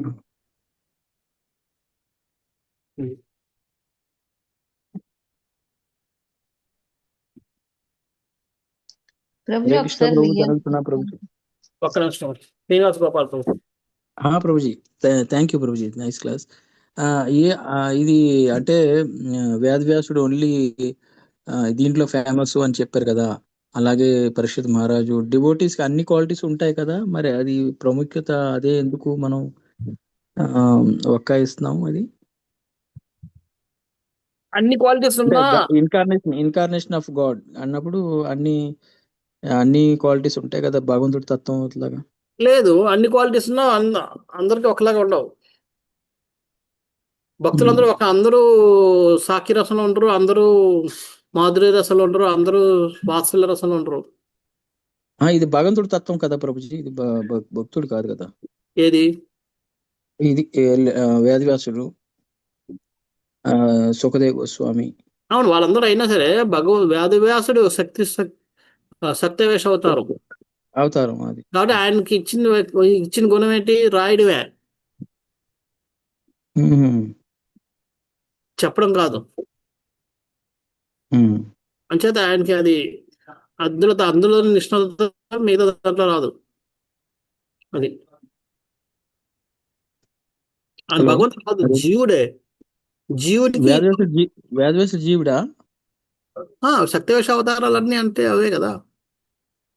సత్యవేష అవతారాలు అంటే ఒక జీవికి ఒక శక్తిని ఇస్తాడు. అంటే పరశురాముడు కూడా జీవుడేనా, భగవంతుడు కాదా? కాదు.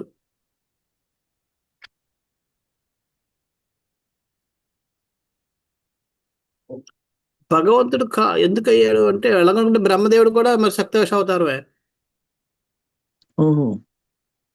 భగవంతుడు బ్రహ్మదేవుడు బ్రహ్మదేవుడు జీవుడని బ్రహ్మదేవుడు జీవుడని నాకు తెలిసింది అవును, అంతవరకు. అదే అది బ్రహ్మదేవుడు జీవుడు అంటే ఆయనకి సృష్టించే శక్తిని ఇచ్చాడు భగవంతుడు. ఉమ్. అలాగే నారదుడికి జీవుడు, నారదుడికి భక్తి, నారాయణ భక్తి అవతారం అన్నారు మరి. భక్తి. అలాగా వాళ్ళందరూ సప్తదశ అవతారాల కిందకి వస్తారు. దాంట్లో నిష్ణాతులు. అలాగే చతుర్కుమారులు సప్తదశ అవతారం కిందకి వస్తారు. ఎందుకంటే వాళ్ళకి జ్ఞానం అనేది ఇచ్చాడు. ఆ విధంగా సప్తదశ మరి అవతారం. అంటే ఈ పరశురాముడు మరి అలాగైతే మరి ఈ నరసింహస్వామి కూడా అలాగే అంటారు మరి. అలాగా ఆయన ఆయన అది ఇలాగ ఒక ఆవేశం లాగా వచ్చారు స్వయంగా అవతారం కాదు. కాదా? అంటే నరసింహస్వామి లాగా చాలా ఉన్నాయి కదా అవతారాలు. ఇది గుర్రము, హైగ్రీవ అవతారము, నెక్స్ట్ మళ్ళీ అవన్నీ అవతారాలు, హంస అవతారం, అవన్నీ నెక్స్ట్ అవతారాలు. మళ్ళీ హంస అవతారం ఇవన్నీ అవతారం. కూడా వేరేవు. అవి విభూతి అంశాలు, విభూతి అవతారం, కొన్ని రకరకాల అవతారాలు ఉన్నాయి. అవతారాలు కూడా ఉమ్. సో వాటిని బట్టి సప్తవేష అవతారం అంటే ఒక జీవుడిలో ఒక రకమైన గుణాన్ని ఇచ్చి ఆ గుణంలో ఆయన, ఆ లక్షణంలో ఆయన నిష్ణాతులు అవుతాడు. ఆయన మించిన వాడికి ఎవడు ఉండడు. అలా చేసేదాన్ని దాన్ని సప్తవేష అవతారాలు అంటారు. ఓకే. అంటే ఇవి ఇవి ఇవి హైగ్రీవ అవతారం ఇవన్నీ అవి అవతారాలు. అవి అవతారాలా? Okay okay. రాముడు ఒక అవతారం, కానీ రాముడు ఒక మనిషిగా వచ్చాడు కాబట్టి ఆయన అన్ని భగవంతులాగా యాక్ట్ చేయలేడు, మనిషిలాగా యాక్ట్ కూర్మ చేయాలి. అవతారం, కూర్మ అవతారం, పూర్వం కూడా ఇవన్నీ అవతారాలు. మత్స్య అవతారం, కూర్మ అవతారం ఇవన్నీ అవతారాలే. అవన్నీ లీల అవతారాలు. అవన్నీ లీల అవతారాలు. లీల అవతారం. Correct correct. లీల అవతారంగా లీల చేయడానికి వచ్చాడు కాబట్టి ఆయన ఆ లీలలో అంటే ఈ కన్ఫ్యూజన్ ఎక్కడంటే నాకు ఈ పరశురామ దగ్గరే వస్తుంది.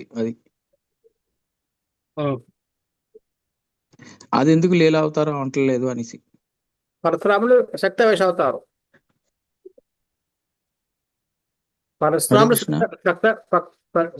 పరశురాముడు సప్తవేష అవతారం కాబట్టే రాముడు ఆయన్ని ఓడించి ఆయనకి నువ్వు ఇక మీదట ఇలా చెయ్యొద్దని చెప్పి పంపించగలుగుతాడు.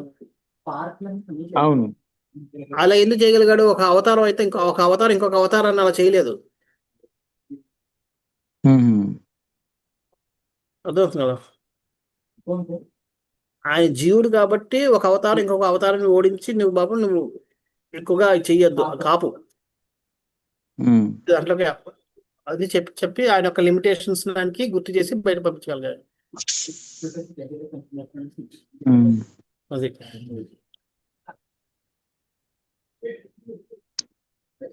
కాబట్టి ఒక అవతారం ఇంకొక అవతారాన్ని అలా చేస్తే అప్పుడు వాళ్ళిద్దరికి విరుద్ధం అయిపోద్ది కదా.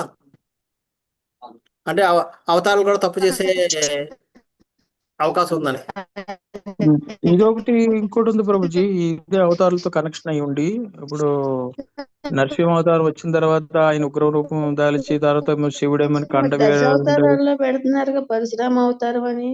లేదు, అందుకనే రామ అవతారం అంటే బలరామ అవతారం, బలరాముడు చూపిస్తారు. కొంతమంది ఎవరో తక్కువ మంది పరశురాముడు అంటారు, కానీ చాలా మంది బలరాముడు రామ. ప్రభుజీ ఇంకోటి ఉంది, అంటే ఇది అంటే కొంచెం పురాతనమైన సంబంధించింది ఏంటంటే ఈ అవతారాల గురించే. ఇది ఏంటంటే ఇప్పుడు మీరు చెప్పిన ఎగ్జాంపుల్ ప్రకారం రాముడు పరశురామ దగ్గర తీసేసుకున్నాడు అని అలా అంటున్నారు కదా. అలాగే నరసింహస్వామి దగ్గర నుంచి గండ పేరండు ఎవరు తీసేసుకున్నారు అనేసి మామూలుగా అంటే ఆయన కోపం భయపడి అందరూ ఇలాగ అయిపోతుంటే శివుడి దగ్గరికి వెళ్ళిన తర్వాత శివుడు అవతారం దాల్చి తీసేసుకున్నాడు శక్తి అంతా అని అంటారు. ఇది ఎంతవరకు కరెక్ట్ ప్రభుజీ? శాస్త్రాల్లో ఎక్కడ లేదా? అది ఎక్కడ శాస్త్రాల్లో నేనైతే భాగవతంలో అయితే అలా ఏం లేదు, వాళ్ళది ఎక్కడ ఉందో తెలియదు. ఓకే. అంటే మళ్ళీ దాని తర్వాత వైష్ణవులు ఏమో ఇంకొకటి ఏదో అవతారం పెట్టి అదేమో శివుడిని ఖండించారు అనేసి ఏవో రకరకాల. అంటే ఇది గుడులు పాలరాయితం ఎక్కడ రాసి ఉంది ప్రభుజీ. లోకల్ ఉంటాయేమో కానీ అవి అంతవరకు నిజమని తెలియదు. అది శాస్త్రంగా ఎక్కడ వినలేదు మరి. శాస్త్రాలు కూడా శాస్త్రపరంగా అయితే లేదు, భాగవతంలో అయితే అది ఎక్కడ లేదు.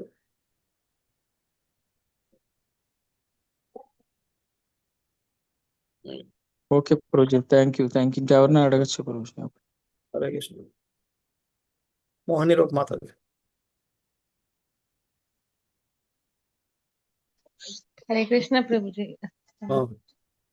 యాక్చువల్ గా ఇందాక మీరు 3 చెప్పారు కదా, రియల్ నాన్ వైలెన్స్, రియల్ వైరాగ్యం, రియల్ ఫ్రీడమ్ అన్నది మిస్ అయింది ప్రభుజీ. అదే అంటే రియల్ ఫ్రీడమ్ అంటే స్వేచ్ఛ. ఫ్రీడమ్ అంటే ఏంటంటే భౌతిక పరిస్థితుల మీద ఆధారపడకుండా కృష్ణుడి యొక్క కృప మీద ఆధారపడమే నిజమైన స్వేచ్ఛ. మరి వైరాగ్యం అన్నది ఏమవుతుంది? కంప్లీట్లీ వైరాగ్యం డిపెండింగ్. వైరాగ్యం అంటే ఎప్పుడు కూడా కృష్ణుడి మీద ఆధారపడి ఉండడం, అంటే కృష్ణుడు చూసుకుంటాడులే అని అనుకోవడం. ఏ, ఇక్కడ స్వేచ్ఛ అన్నది ఏంటంటే ఇక్కడ భౌతిక పరిస్థితులు ఉన్నాయి. ఈరోజు భాగవతంలో కూడా అదే చెప్పారు ఒక గౌరవ ప్రభు. ఓకే, ఒక పక్క భౌతిక వ్యక్తి మిమ్మల్ని పొగుడుతున్నాడు, ఇంకొక పక్క కృష్ణుడు మిమ్మల్ని తిడుతున్నాడు. ఈ రెండులో మీరు ఏది తీసుకుంటారు? మెటీరియల్ గా ఆలోచిస్తే భౌతిక వ్యక్తి పొగడతలనే తీసుకుంటాము. బట్ కృష్ణ ఏది తీసుకుంటారు? కృష్ణుడు తిడుతున్నాడు, ఎందుకు కృష్ణుడు ఒకళ్ళు మనల్ని దండిస్తున్నాడు, ఈయన పొగుడుతున్నాడు. కృష్ణుడు దండను కూడా మనకి కృప కింద, భక్తులైతే కృప కిందే అది. అంచేత అది మనకి స్వేచ్ఛ. ఇప్పుడు ఇది సెలెక్ట్ చేసుకోవాలి, ఇది సెలెక్ట్ చేసే స్వేచ్ఛ ఉంది మనకి. మన నిజమైన స్వేచ్ఛ అంటే కృష్ణుడిని చూసుకోవాలి తప్ప దీన్ని మన భౌతిక పరిస్థితి సంబంధం పెట్టుకోకూడదు. అర్థమే కదా? అప్పుడు మన స్వేచ్ఛని సరిగ్గా యూజ్ చేసినట్టు.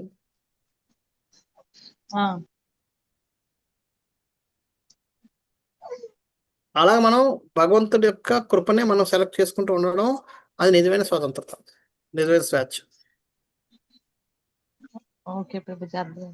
అలా చేసుకోకపోతే ఏమవుద్ది? ఆ స్వేచ్ఛ పేరు మనకి మళ్ళీ బంధిస్తుంది, బంధన అయిపోద్ది, కర్మబంధన అయిపోద్ది కదా.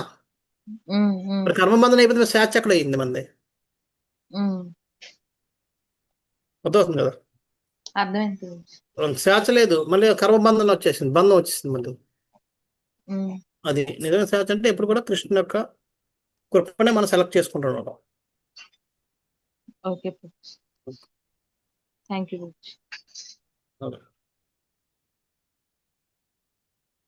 హరే కృష్ణ ప్రభుజీ, దండవత్ ప్రణామ్. ప్రభుజీ, సుఖదేవ్ గోస్వామి పూర్వము రాధారాణి యొక్క చిలక అని చెప్తారు కదా ప్రభుజీ. మరి అయినప్పటికీ కూడా ఆయన నిరాకారవాదం స్టార్టింగ్ లో ఉన్నారు. సో ఎందుకు ప్రభుజీ అది? ఓకే, యాక్చువల్గా ఇక్కడ చెప్తారు, మనం కొన్నిసార్లు ఏమవుతుందంటే ఆయన ఇది చిలక కాబట్టి ఆయన ఏ రసంలో ఉంటాడు? శాంతరసం ప్రభుజీ. శాంతరసం కదా. శాంతరసంలో వాళ్ళకి ఎటువంటి భావన ఉండదు కృష్ణుడి మీద, రాధాకృష్ణుల మీద ఏం కదా. వీళ్ళు చూడాలనుకుంటారు అంతే, అంతవరకే. అంటే వాళ్ళకి అక్కడ అరే కృష్ణుడు అంటే ఇష్టం. ఎందుకంటే ఇష్టం అంటే ఎంత ఇష్టం, వాళ్ళని ఒక గురువుగా లేకపోతే అలా ఏ భావన ఉండదు, సంబంధం ఏమి ఉండదు అనమాట. సో ఆ విధంగా కృష్ణుడు రాధనంతా ఉండడం. ఇది నా స్పెక్యులేషన్, మీకు అక్కడ నేను చదవలేదు. ఎగ్జాక్ట్ ఎక్స్ప్లెనేషన్ కావాలంటే నేను అడగాల నేను. అంచేత వాళ్ళకి ఏంటంటే అది ఆయన నిరాకారవాదిగా ఉన్నవాడు. ఎప్పుడైతే అది భక్తుల యొక్క కృప వల్ల వచ్చిందో మనలో ఆ రుచి వస్తుంది. అందుకని దీన్ని ఇంకొక విధంగా మనం ఏంటంటే ఇంకొకటి కూడా ఉంది మనకి. ఇది మనం తెలుసుకోవాలి అంటే భక్తుల యొక్క కృప దొరికినప్పుడే మనం భగవంతుని మనం సరిగా అర్థం చేసుకుంటాం. ఎప్పుడైతే దానికి వ్యాస ముని యొక్క కృప ఆయన జోడింపబడ్డదో అప్పుడు ఆయన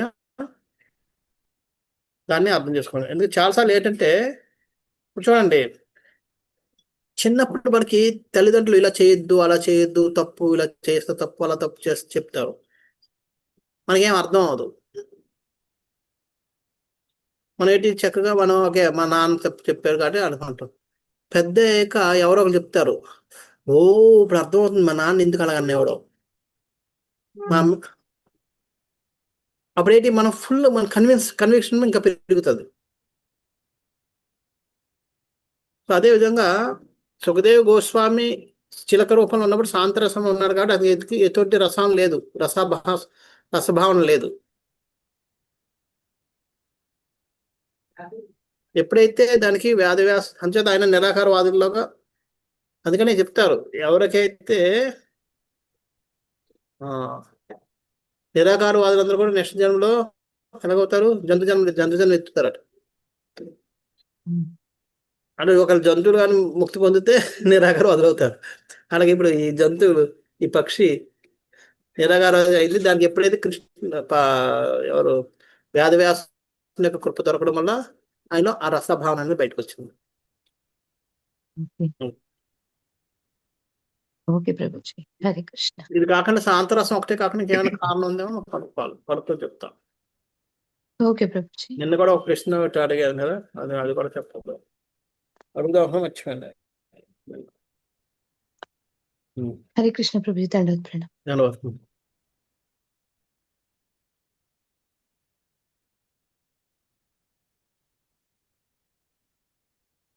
ఇంకెవరికైనా ఉన్నాయా ప్రశ్నలు? ఓకే, లేకపోతే నీలగాయత్రి మాతాజీ. హరే కృష్ణ. భగవద్గీత అయ్యి చాలా సార్లు చదివినా కూడా ఇంకా మళ్ళా అసూయ అనేది వెళ్ళి భగవద్గీత అవన్నీ కూడా చాలా సార్లు చదివి అంటే పూర్తిగా అర్థమైందో లేదో తెలియదు కానీ మోస్ట్లీ అర్థం చేసుకొని అంతా అయ్యాక కూడా మళ్ళా అసూయ అనేది ఉంటదా? అసూయ ఉంటదా? అసూయ ఉంటుంది అంటున్నారా? అసూయ అన్నది మన జన్మ హక్కు. అంటే అది చదవడం వల్ల దాన్ని మనం తీసేయాలి కానీ ఉత్తి ఊరికే చదవడం వల్ల పోదు అంటారు. చదవడం వల్ల పోదు, అందుకనే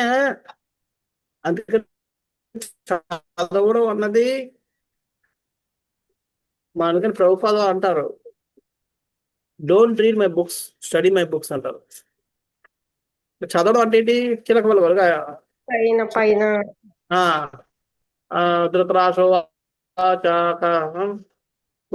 ధర్మక్షేత్రే కురుక్షేత్రే సమవేతాయు సవామామ వెళ్ళిపోయింది. చిన్నపిల్లలందరితో మనం చదివిస్తాం శ్లోకాలు, వాళ్ళకి ఎంత అర్థం అవుతాయి?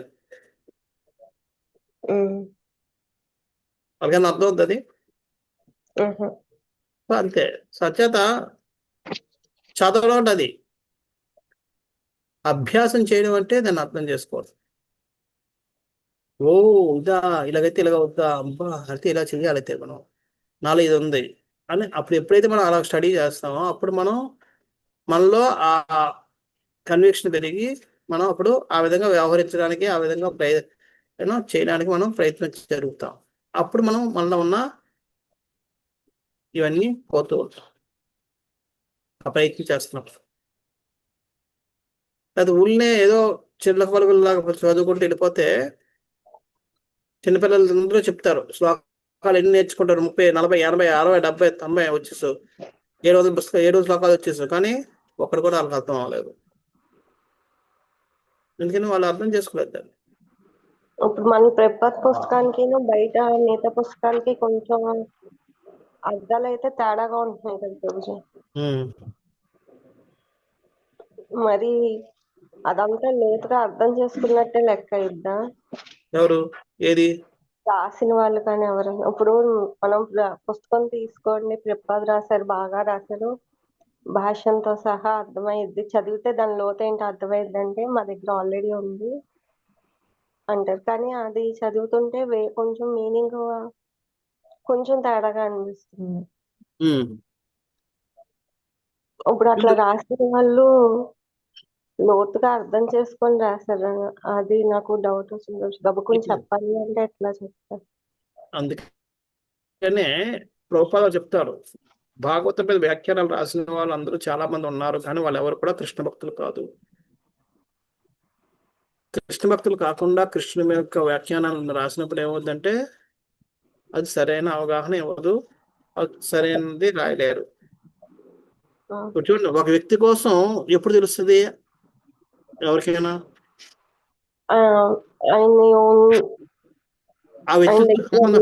ఆ వ్యక్తితో సంబంధం కలిగి ఉన్నప్పుడే కదా, ఆ వ్యక్తితో తిరగడమో, ఆ వ్యక్తి కోసం వినడమో, లేదా అలా చేస్తున్నప్పుడే తెలుస్తుంది. అదే చేయకుండా ఆ వ్యక్తి కోసం రాయమంటే ఏం రాస్తాం?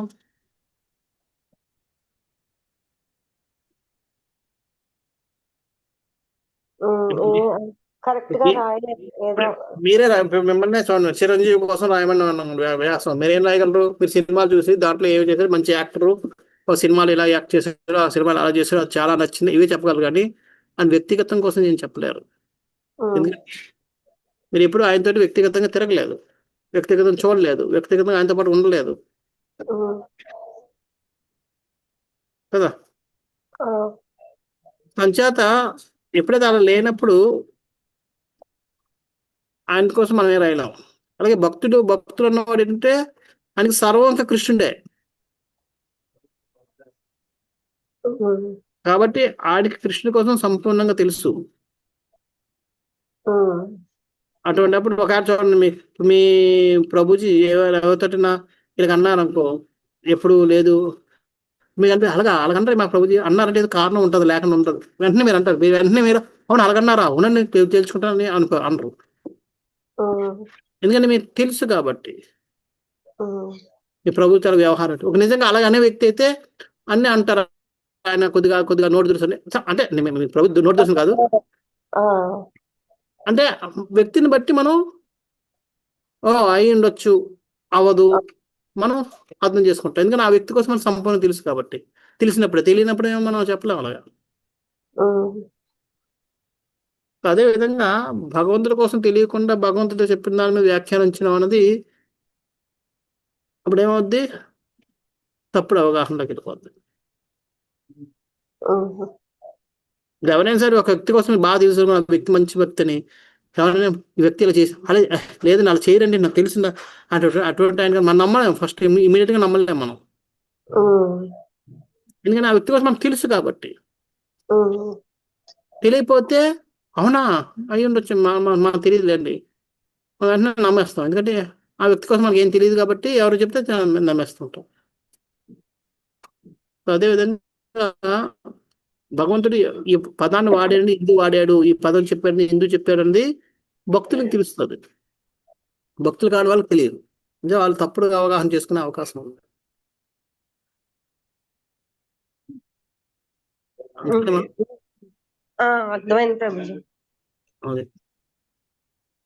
అందుకే ప్రభుపాద అదే చెప్తారు, దీన్ని మళ్ళీ రాయాల్సిన అవసరం ఎందుకు వచ్చిందంటే ఒక్కరు కూడా భక్తులు రాసిన వ్యాఖ్యానం ఒకటి లేదు, మళ్ళీ నేను రాయాల్సి వచ్చింది.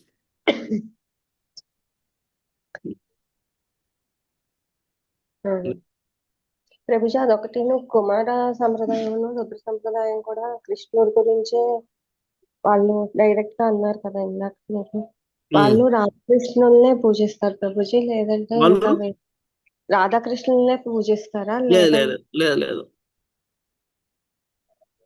వాళ్ళు రాధాకృష్ణులు పూజించేది మనం ఒక్కరు, చైతన్య మహాప్రభు తర్వాత వాళ్ళు. ఎందుకంటే చైతన్య మహాప్రభు మనకి మాధురి రసాన్ని ఇవ్వడం మొదలుపెట్టాడు. అయితే ఏ రసంలో ఉన్న వాళ్ళు దానికి అనుగుణంగా మధ్వాచార్యులందరూ కూడా కృష్ణుని పూజిస్తారు, ఉడిపి కృష్ణుడు, సింగిల్ కృష్ణుడు, సాఖ్య భావంలో, గోపబాలుతుందా. అలాగే పుష్టి మార్గం కుమార సాంప్రదాయం వాళ్ళందరూ వాళ్ళు వాత్సల్య భావం, అందుకే లడ్డు గోపాలను పూజిస్తారు చిన్న పిల్లవాడు కింద. అని ఉయ్యాల్లో వేయడం, తినిపించడం, వెన్న పెట్టడం, వెన్న ముద్దలు పెట్టడం, ఇలాంటివి వాత్సల్య భావం. అలాగే రుద్ర సాంప్రదాయం వాళ్ళు కృష్ణుని దాస్య భావంలో పూజిస్తారు. ఇప్పుడు మంది బ్రహ్మ మధ్వ గౌడీ అంట. అప్పుడు మధ్వాచార్యుల దగ్గర నుంచి తర్వాత అది ఎలాగోలా వస్తూ చైతన్య మహాప్రభు దగ్గరికి వచ్చేటప్పటికి అది మాధుర్య రాసంగా మారింది. మనం చైతన్య మహాప్రభు నుంచి ఫాలో అవుతున్నాం కాబట్టి మనం రాధాకృష్ణ పూజ చేస్తుంటాం. మన దాంట్లో మనం లడ్డు గోపాలను పూజ చేయం, సింగిల్ కృష్ణుని పూజ చేయం. అందుకే అంటే మిగతా వాళ్ళు కూడా అట్లా రాధాకృష్ణుడు లేదు ఎవరికి వాళ్ళు రాధాకృష్ణ పూజ చేయరు. మధ్వాచార్యులు వాళ్ళు ఎప్పుడు కూడా కృష్ణునే పూజ చేస్తారు.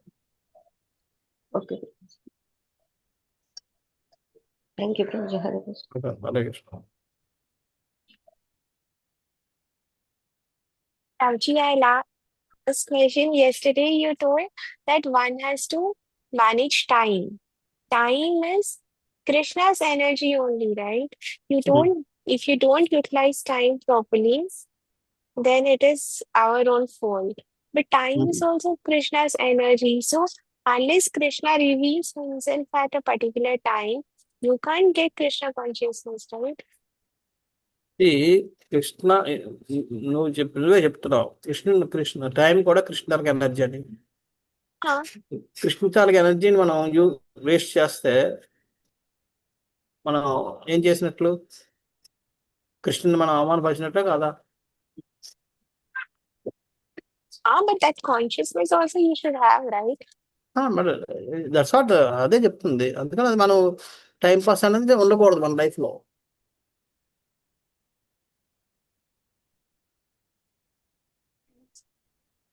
No, you're not. And see that unless you get that consciousness, you won't make use of the time properly, right? అవును, అందుకనే కాన్షియస్నెస్ ని డెవలప్ చేసుకోవాలి మనం. ఇప్పుడు మన దగ్గర లేదు. సో ఎలాగైతే మన మీద మనకి కృష్ణుని మీద ఎలాగైతే ప్రేమ లేదో, ఆ ప్రేమను ఎలాగైతే మనం డెవలప్ చేసుకునే ప్రయత్నం చేస్తున్నామో, అదే విధంగా ఈ టైం కూడా సరిగ్గా యూజ్ చేసుకోవాలన్న విషయాన్ని మనం చేసుకోవాలి. ఇప్పుడు న్యూస్ పేపర్ రోజు చదువుతుంటాను, ఓకే 2 గంటలు చదువుతాను. ఈ రోజు నుంచి నేను 1.5 గంటలు చదువుతాను, అరగంట తగ్గించుకున్నాను. మళ్ళీ నేను కొన్ని రోజులు పోయాక గంటకి, కొన్ని రోజులు పోయాక అరగంటకి, అలా 1 సంవత్సరంకి న్యూస్ పేపర్ చదవడం మానేస్తాను. You're developing consciousness. ఇంకా వాట్సాప్లో నేను రోజుకి మాతాజీ కూడా, మనకి ఇప్పుడు మాతాజీ లేరు ఈరోజు, లీలాపద్మిని మాతాజీ అని చెప్పి ఆమె చెప్పారు నా బ్రౌజింగ్ టైం తగ్గించుకుంటానని చెప్పి. ఆ విధంగా ఒక్కొక్కరు అవి తగ్గించుకోవాలి. ఆ విధంగా కాన్షియస్గా మనం వర్క్ చేసి కాన్షియస్నెస్ పెంచుకోవాలి. Okay, so whole and soul always we are only responsible for all the things. Whole and soul we are only responsible for all the things. మనమే కదా, మనం చేసిన దానికి మనమే కదా రెస్పాన్సిబుల్.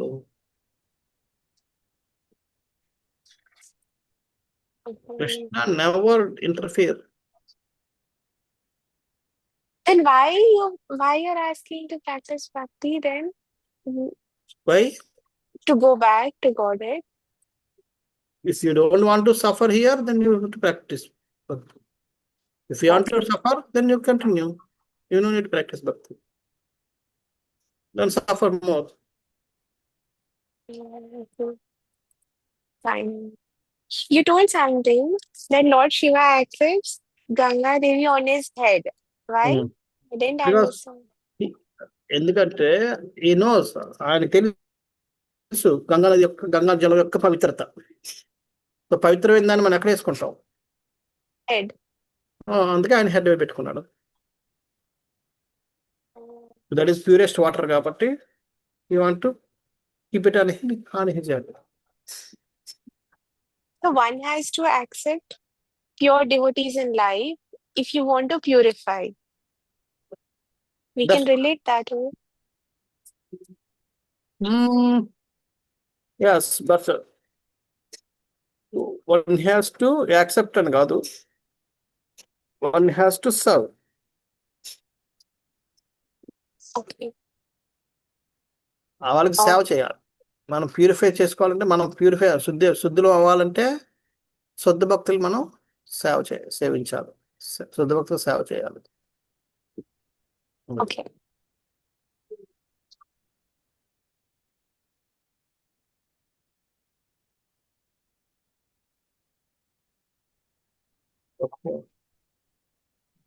ఇంకెవరికైనా ఒక last question Hare Krishna Hare Krishna okay, Prabhuji, ధన్యవాదాలు ప్రణామం. ధన్యవాదాలు. ఆదిత్య వాళ్ళ ప్రభుజీ, ఇప్పుడు 4 సాంప్రదాయాస్ ఉన్నాయి కదా, అయితే అవి ఆథరైజ్డ్ సాంప్రదాయాస్ కదా, అయితే మరి ఇప్పుడు అవి వాళ్ళు పాటించేది ఏముంటది ప్రభుజీ? మరి కలియుగంలో అయితే హరినామ సంకీర్తన చేయాలని అంటారు కదా, మరి ఇప్పుడు వాళ్ళ వాళ్ళ సాంప్రదాయాలలో అంటే మనం ఎట్లా ఇప్పుడు హరే కృష్ణ మహామంత్రం జపం చేస్తాము, వాళ్ళ సాంప్రదాయాలలో అంటే వాళ్ళ సాంప్రదాయాల్లో ఉన్నా కూడా భగవద్ధామం వెళ్ళిపోతారా? మరి వాళ్ళ ప్రాసెస్ ఏంటి ప్రభుజీ? మరి వాళ్ళకు కూడా శ్రీకృష్ణ శరణమమ్మ అని చెప్పి పుష్టి మార్గం జపిస్తూ ఉంటారు. రుద్ర సాంప్రదాయం వాళ్ళు కూడా హరే కృష్ణ మంత్రాన్ని జపిస్తూ ఉంటారు. అలాగే శ్రీ సాంప్రదాయం వాళ్ళు ఓం నమో భగవతి వాసుదేవాయ అంటే వాళ్ళ గురువు ఇస్తారు మంత్రాలు, ఒక్కొక్క మంత్రం ఇస్తారు, మంత్రాన్ని జపిస్తుంటారు. అంటే వేరే మంత్రం ఇస్తారు వాళ్ళు దాన్ని బట్టి. ఓకే. ఓం నమో భగవతి ప్రభుజీ వాసుదేవాయ. వాళ్ళ దగ్గర అంటే ఇప్పుడు మన దగ్గర ఎట్లా 16 రౌండ్స్ కంపల్సరీ అని అట్లా వాళ్ళ దగ్గర లేదు ప్రభుజీ. లేదన్నది అది వాళ్ళ గురువులు దాకా ఒక్కొక్క గురువుకి ఒక్కొక్క ఇది, అంతే తప్ప వాళ్ళు అంటారంట ఎంతైనా చేయొచ్చు. అదే చెప్పేటంటే ఒక్కొక్క గురువు భావన ఒక్కొక్క విధంగా ఉంటుంది. ఇప్పుడు ఏంటంటే కొంతమందికి ఏంటంటే కొంతమంది ప్రచారం చేస్తే ఇప్పుడు ఇది చెయ్యాలని చెప్పి చేస్తారు, కొంతమంది ఏమో వద్దు నెమ్మదిగా వెళ్ళండి ప్రాబ్లం లేదు, ఒక రకంగా ఒక్కొక్కరిది ఒక్కొక్క భావన. ఆ గురువు భావన కాబట్టి మా అప్పుడే అన్ని బట్టి నువ్వు తప్పనిసరి చేయాలని అసలు చేయడం మానేస్తానేమని చెప్పి ఎందుకొని చేయని చెప్పి అలా తలకింది, అంతే తప్ప వాళ్ళ పద్ధతి కూడా ఇదే నామ చెప్పం. కానీ వాళ్ళ దగ్గర మనలాగా ఇట్లా స్టిక్ వాళ్ళ దగ్గర కృష్ణ కృష్ణ ప్రభుజీ మాతాజీ అంటున్నారు వాళ్ళ దగ్గర మనలాగా ఇంత స్ట్రిక్ట్ గా ఇన్ని రౌండ్స్ చేయాలి అని ఏం లేదు. అదే చెప్పాను కదా, లేదని అంటే అది వాళ్ళు యాక్చువల్గా వాళ్ళు చూడు, ఇప్పుడు చిన్నజీర స్వామి వారు ఆయన నియమం ఆయన పాటిస్తారు.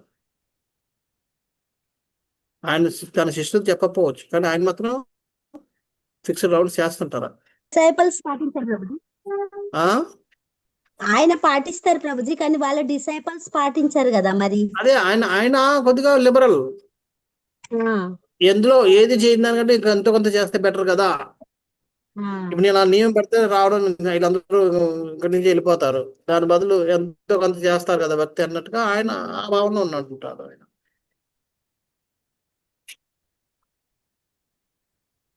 సారీ అంచేత ఆయన స్ట్రిక్ట్ గా పెట్టలేదు, మనకి స్ట్రిక్ట్ పెట్టారు. వాళ్ళ డిసైపుల్స్ డెస్టినీ ఏంటి ప్రభుజీ? మరి నెక్స్ట్ లెవెల్లో ఇంకొంచెం సీరియస్ అవుతారు. ఓకే, అంటే అట్లీస్ట్ మొత్తానికి సీరియస్ అయితేనే భగవద్ధామం వెళ్ళొచ్చు. ఏదైనా అంతే, మీరు ఏ సాంప్రదాయం నేను అనుకున్నా వాళ్ళ గురువు వాళ్ళని ఎట్లనైనా తీసుకెళ్తాడేమో. తీసుకెళ్తాడు, మళ్ళీ వస్తాడు ఆయన, మళ్ళీ వచ్చి మళ్ళీ దీక్ష ఇచ్చి ఇంకొంచెం అడ్వాన్స్ అయ్యేది. అప్పుడు నెక్స్ట్ సార్ వచ్చినప్పుడు 4 మాలు చేయాలి కంపల్సరీ అంటాడు, నెక్స్ట్ సార్ వచ్చినప్పుడు 16 చేయొచ్చు చెప్పి అలాగా. అదే ప్రభుజీ మరి అన్ని సాంప్రదాయాలను ఉన్న మంత్రాలు ఈక్వల్లీ పవర్ఫుల్ గా ఉన్నట్టు కదా? ఒక్కొక్కరికి ఒక్కొక్కటి ఉంటారు. చేత కొన్నిసార్లు ఏంటంటే కొంతమంది నారదముని అందరికీ ఒకటే మంత్రం ఇవ్వలేదు,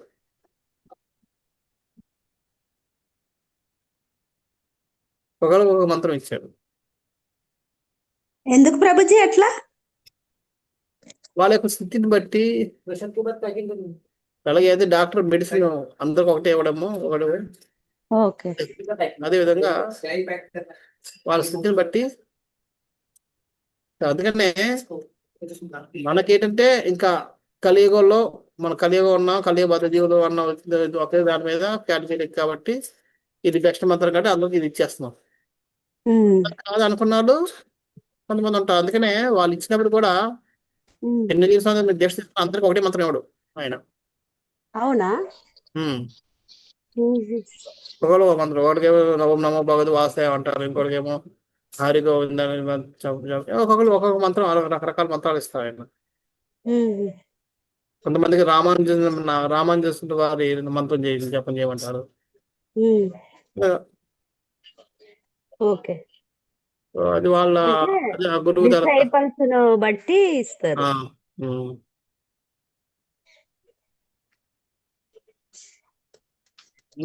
అల్టిమేట్. ఎందుకంటే మనకి మనం చైతన్య మహాప్రభు చెప్పారు కాబట్టి దాన్ని మనం ఫాలో అవుతున్నాం అంతే. ఆయన చెప్పాడు అదే అందరికి బ్రహ్మ. ఆయన కృష్ణుడే కాబట్టి కృష్ణ స్వామి చెప్తున్నాడు కాబట్టి మనం మళ్ళీ దాన్ని రీసెర్చ్ చేయాల్సిన అవసరం లేదు. ఎంతైనా ఇదే అల్టిమేట్ కదా ప్రభుజీ. ఇంకా అల్టిమేట్ కృష్ణుడే చెప్పాడు కాబట్టి మనం పొందాల్సిన కృష్ణుడే కాబట్టి ఇంకా ఆయన చెప్పిన తర్వాత మళ్ళీ ఇంకా మరి ఇంకోటి రెండో సెకండ్ థాట్ ఉండదు మనకి. అది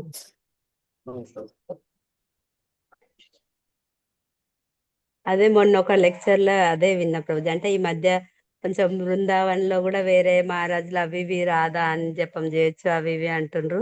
కానీ మన ప్రభుపాద మనకు సఫిషియెంట్ ఇచ్చిండు కాబట్టి మనం ఇంకా ఎక్కడికి వెళ్ళాల్సిన అవసరం లేదని చాలా బాగా చెప్పిండు ప్రభుజీ ఒక ప్రభుజీ లెక్చర్ లో. అంటే ఈ మధ్య జనాలు చాలా బృందావనంలో అట్లా. కానీ ప్రభుపాద మనకు అన్ని ఆలోచించి అన్ని ఇచ్చిండు కాబట్టి మనము ఎక్కడికి వెళ్ళాల్సిన అవసరం లేదు. ఈ ప్రాసెస్ ఫాలో చేస్తే సరిపోతుంది అని. Prabhuji, here it is written in 7th chapter that Prabhupada is called Bhakti Vedanta because he has the element called Bhakti. Bhakti means devotion or love for God. That is the reason he is able to distribute that Krishna to everyone. Yes. Because me, like normal human being, cannot give Krishna to everyone. But he has given it to millions of people because he has that much love for Krishna he has. Yes. Okay. So whoever is giving Krishna means they have that much love for Krishna. Yeah. లేకపోతే అలాగే ఇవ్వగలం. So I may be preaching but my preaching capacity depends on నేను 100 మందికి నేను lecture ఇవ్వచ్చు. ప్రభుపాద 100 మందికి lecture ఇవ్వచ్చు. నేను 100 మంది లెక్చర్ ఇస్తే నా దాంట్లో ఒక్కడే భక్తులు అవుతాడు. ప్రభుపాద లెక్చర్ ఇస్తే 100 మంది భక్తులు అయిపోతారు. ఎందుకంటే ఆయన ఉన్న ప్యూరిటీ అది. So he has so much love for Krishna. So అంచేత ఆయన దాన్ని ఇచ్చేయగలడు, ఇవ్వగలడు, 100 మందికి ఇవ్వగలడు. నాకు ఆ కెపాసిటీ లేదు, అయితే నేను ఒక్కడికే ఇవ్వగలను. ఒకటి మారుతాడు నా దాంట్లో, మిగతా వాళ్ళకి ఎవరికి ఎక్కదు, వాళ్ళు రీచ్ అయ్యి ఉండదు. అంటే ప్రభుజీ మనం చెప్తే ఎవరు భక్తి చేస్తలేరంటే మనకు కృష్ణ ప్రేమ లేదన్న. అదే అంతే కదా, మన కెపాసిటీ మీద ఉంటుంది. అదే వాళ్ళు చేసినా మనలాగే చేస్తుంటారు, కింద పడి పైపడి.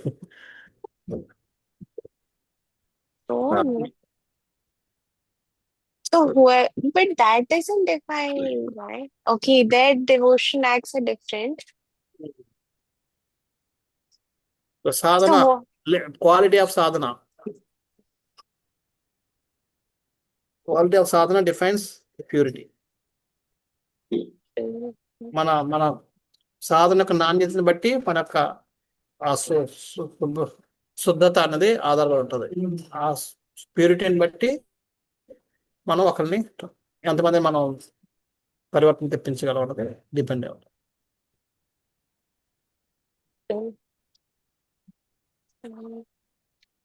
So Prabhupada listens.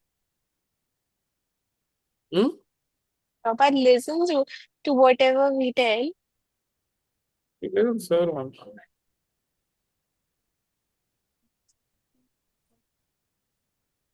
So he's eternal person. Yes.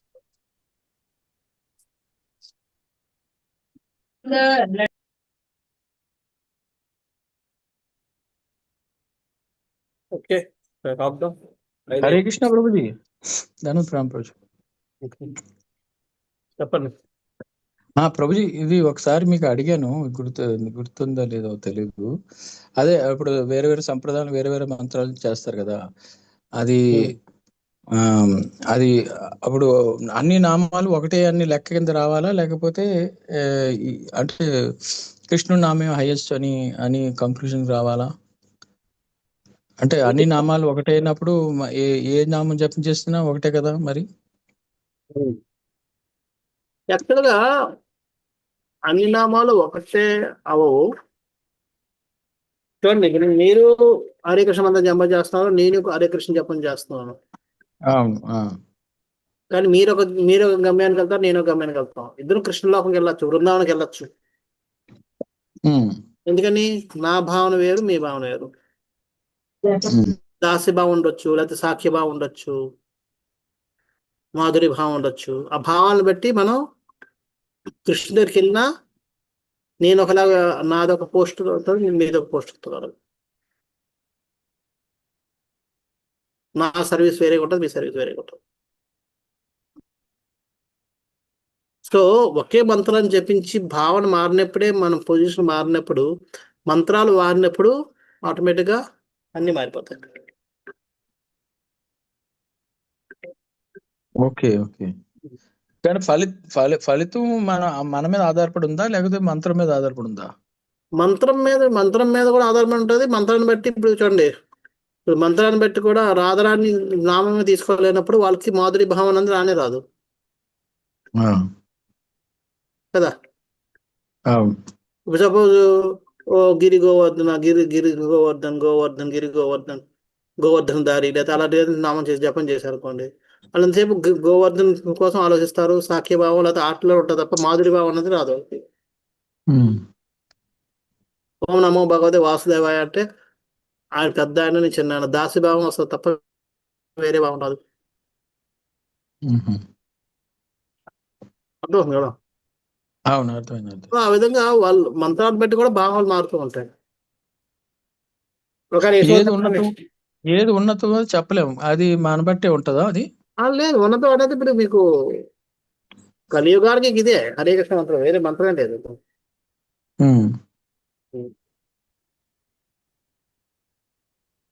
ప్రభు, హరే కృష్ణ మంత్రం కూడా దాస్య భావంలోనే ఉంటుంది ప్రభుజీ. ఎందుకంటే ఐఎమ్ యువర్ సర్వెంట్ అని చెప్పి మనం చేస్తాం కదా ప్రభుజీ. అందుకనే హరే కృష్ణ మంత్రం అనేది please engagement in service. Engagement what service? అది మీ మూడు మన చాయిస్.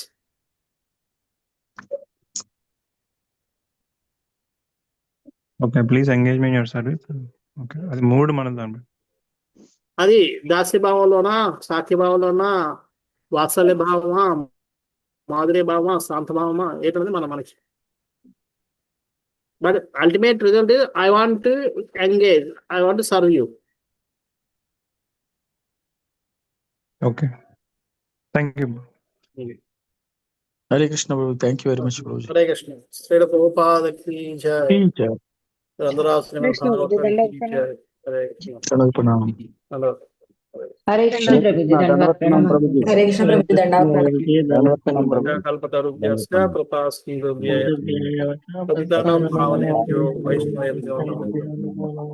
అనంత కోటి వైష్ణవులందరికీ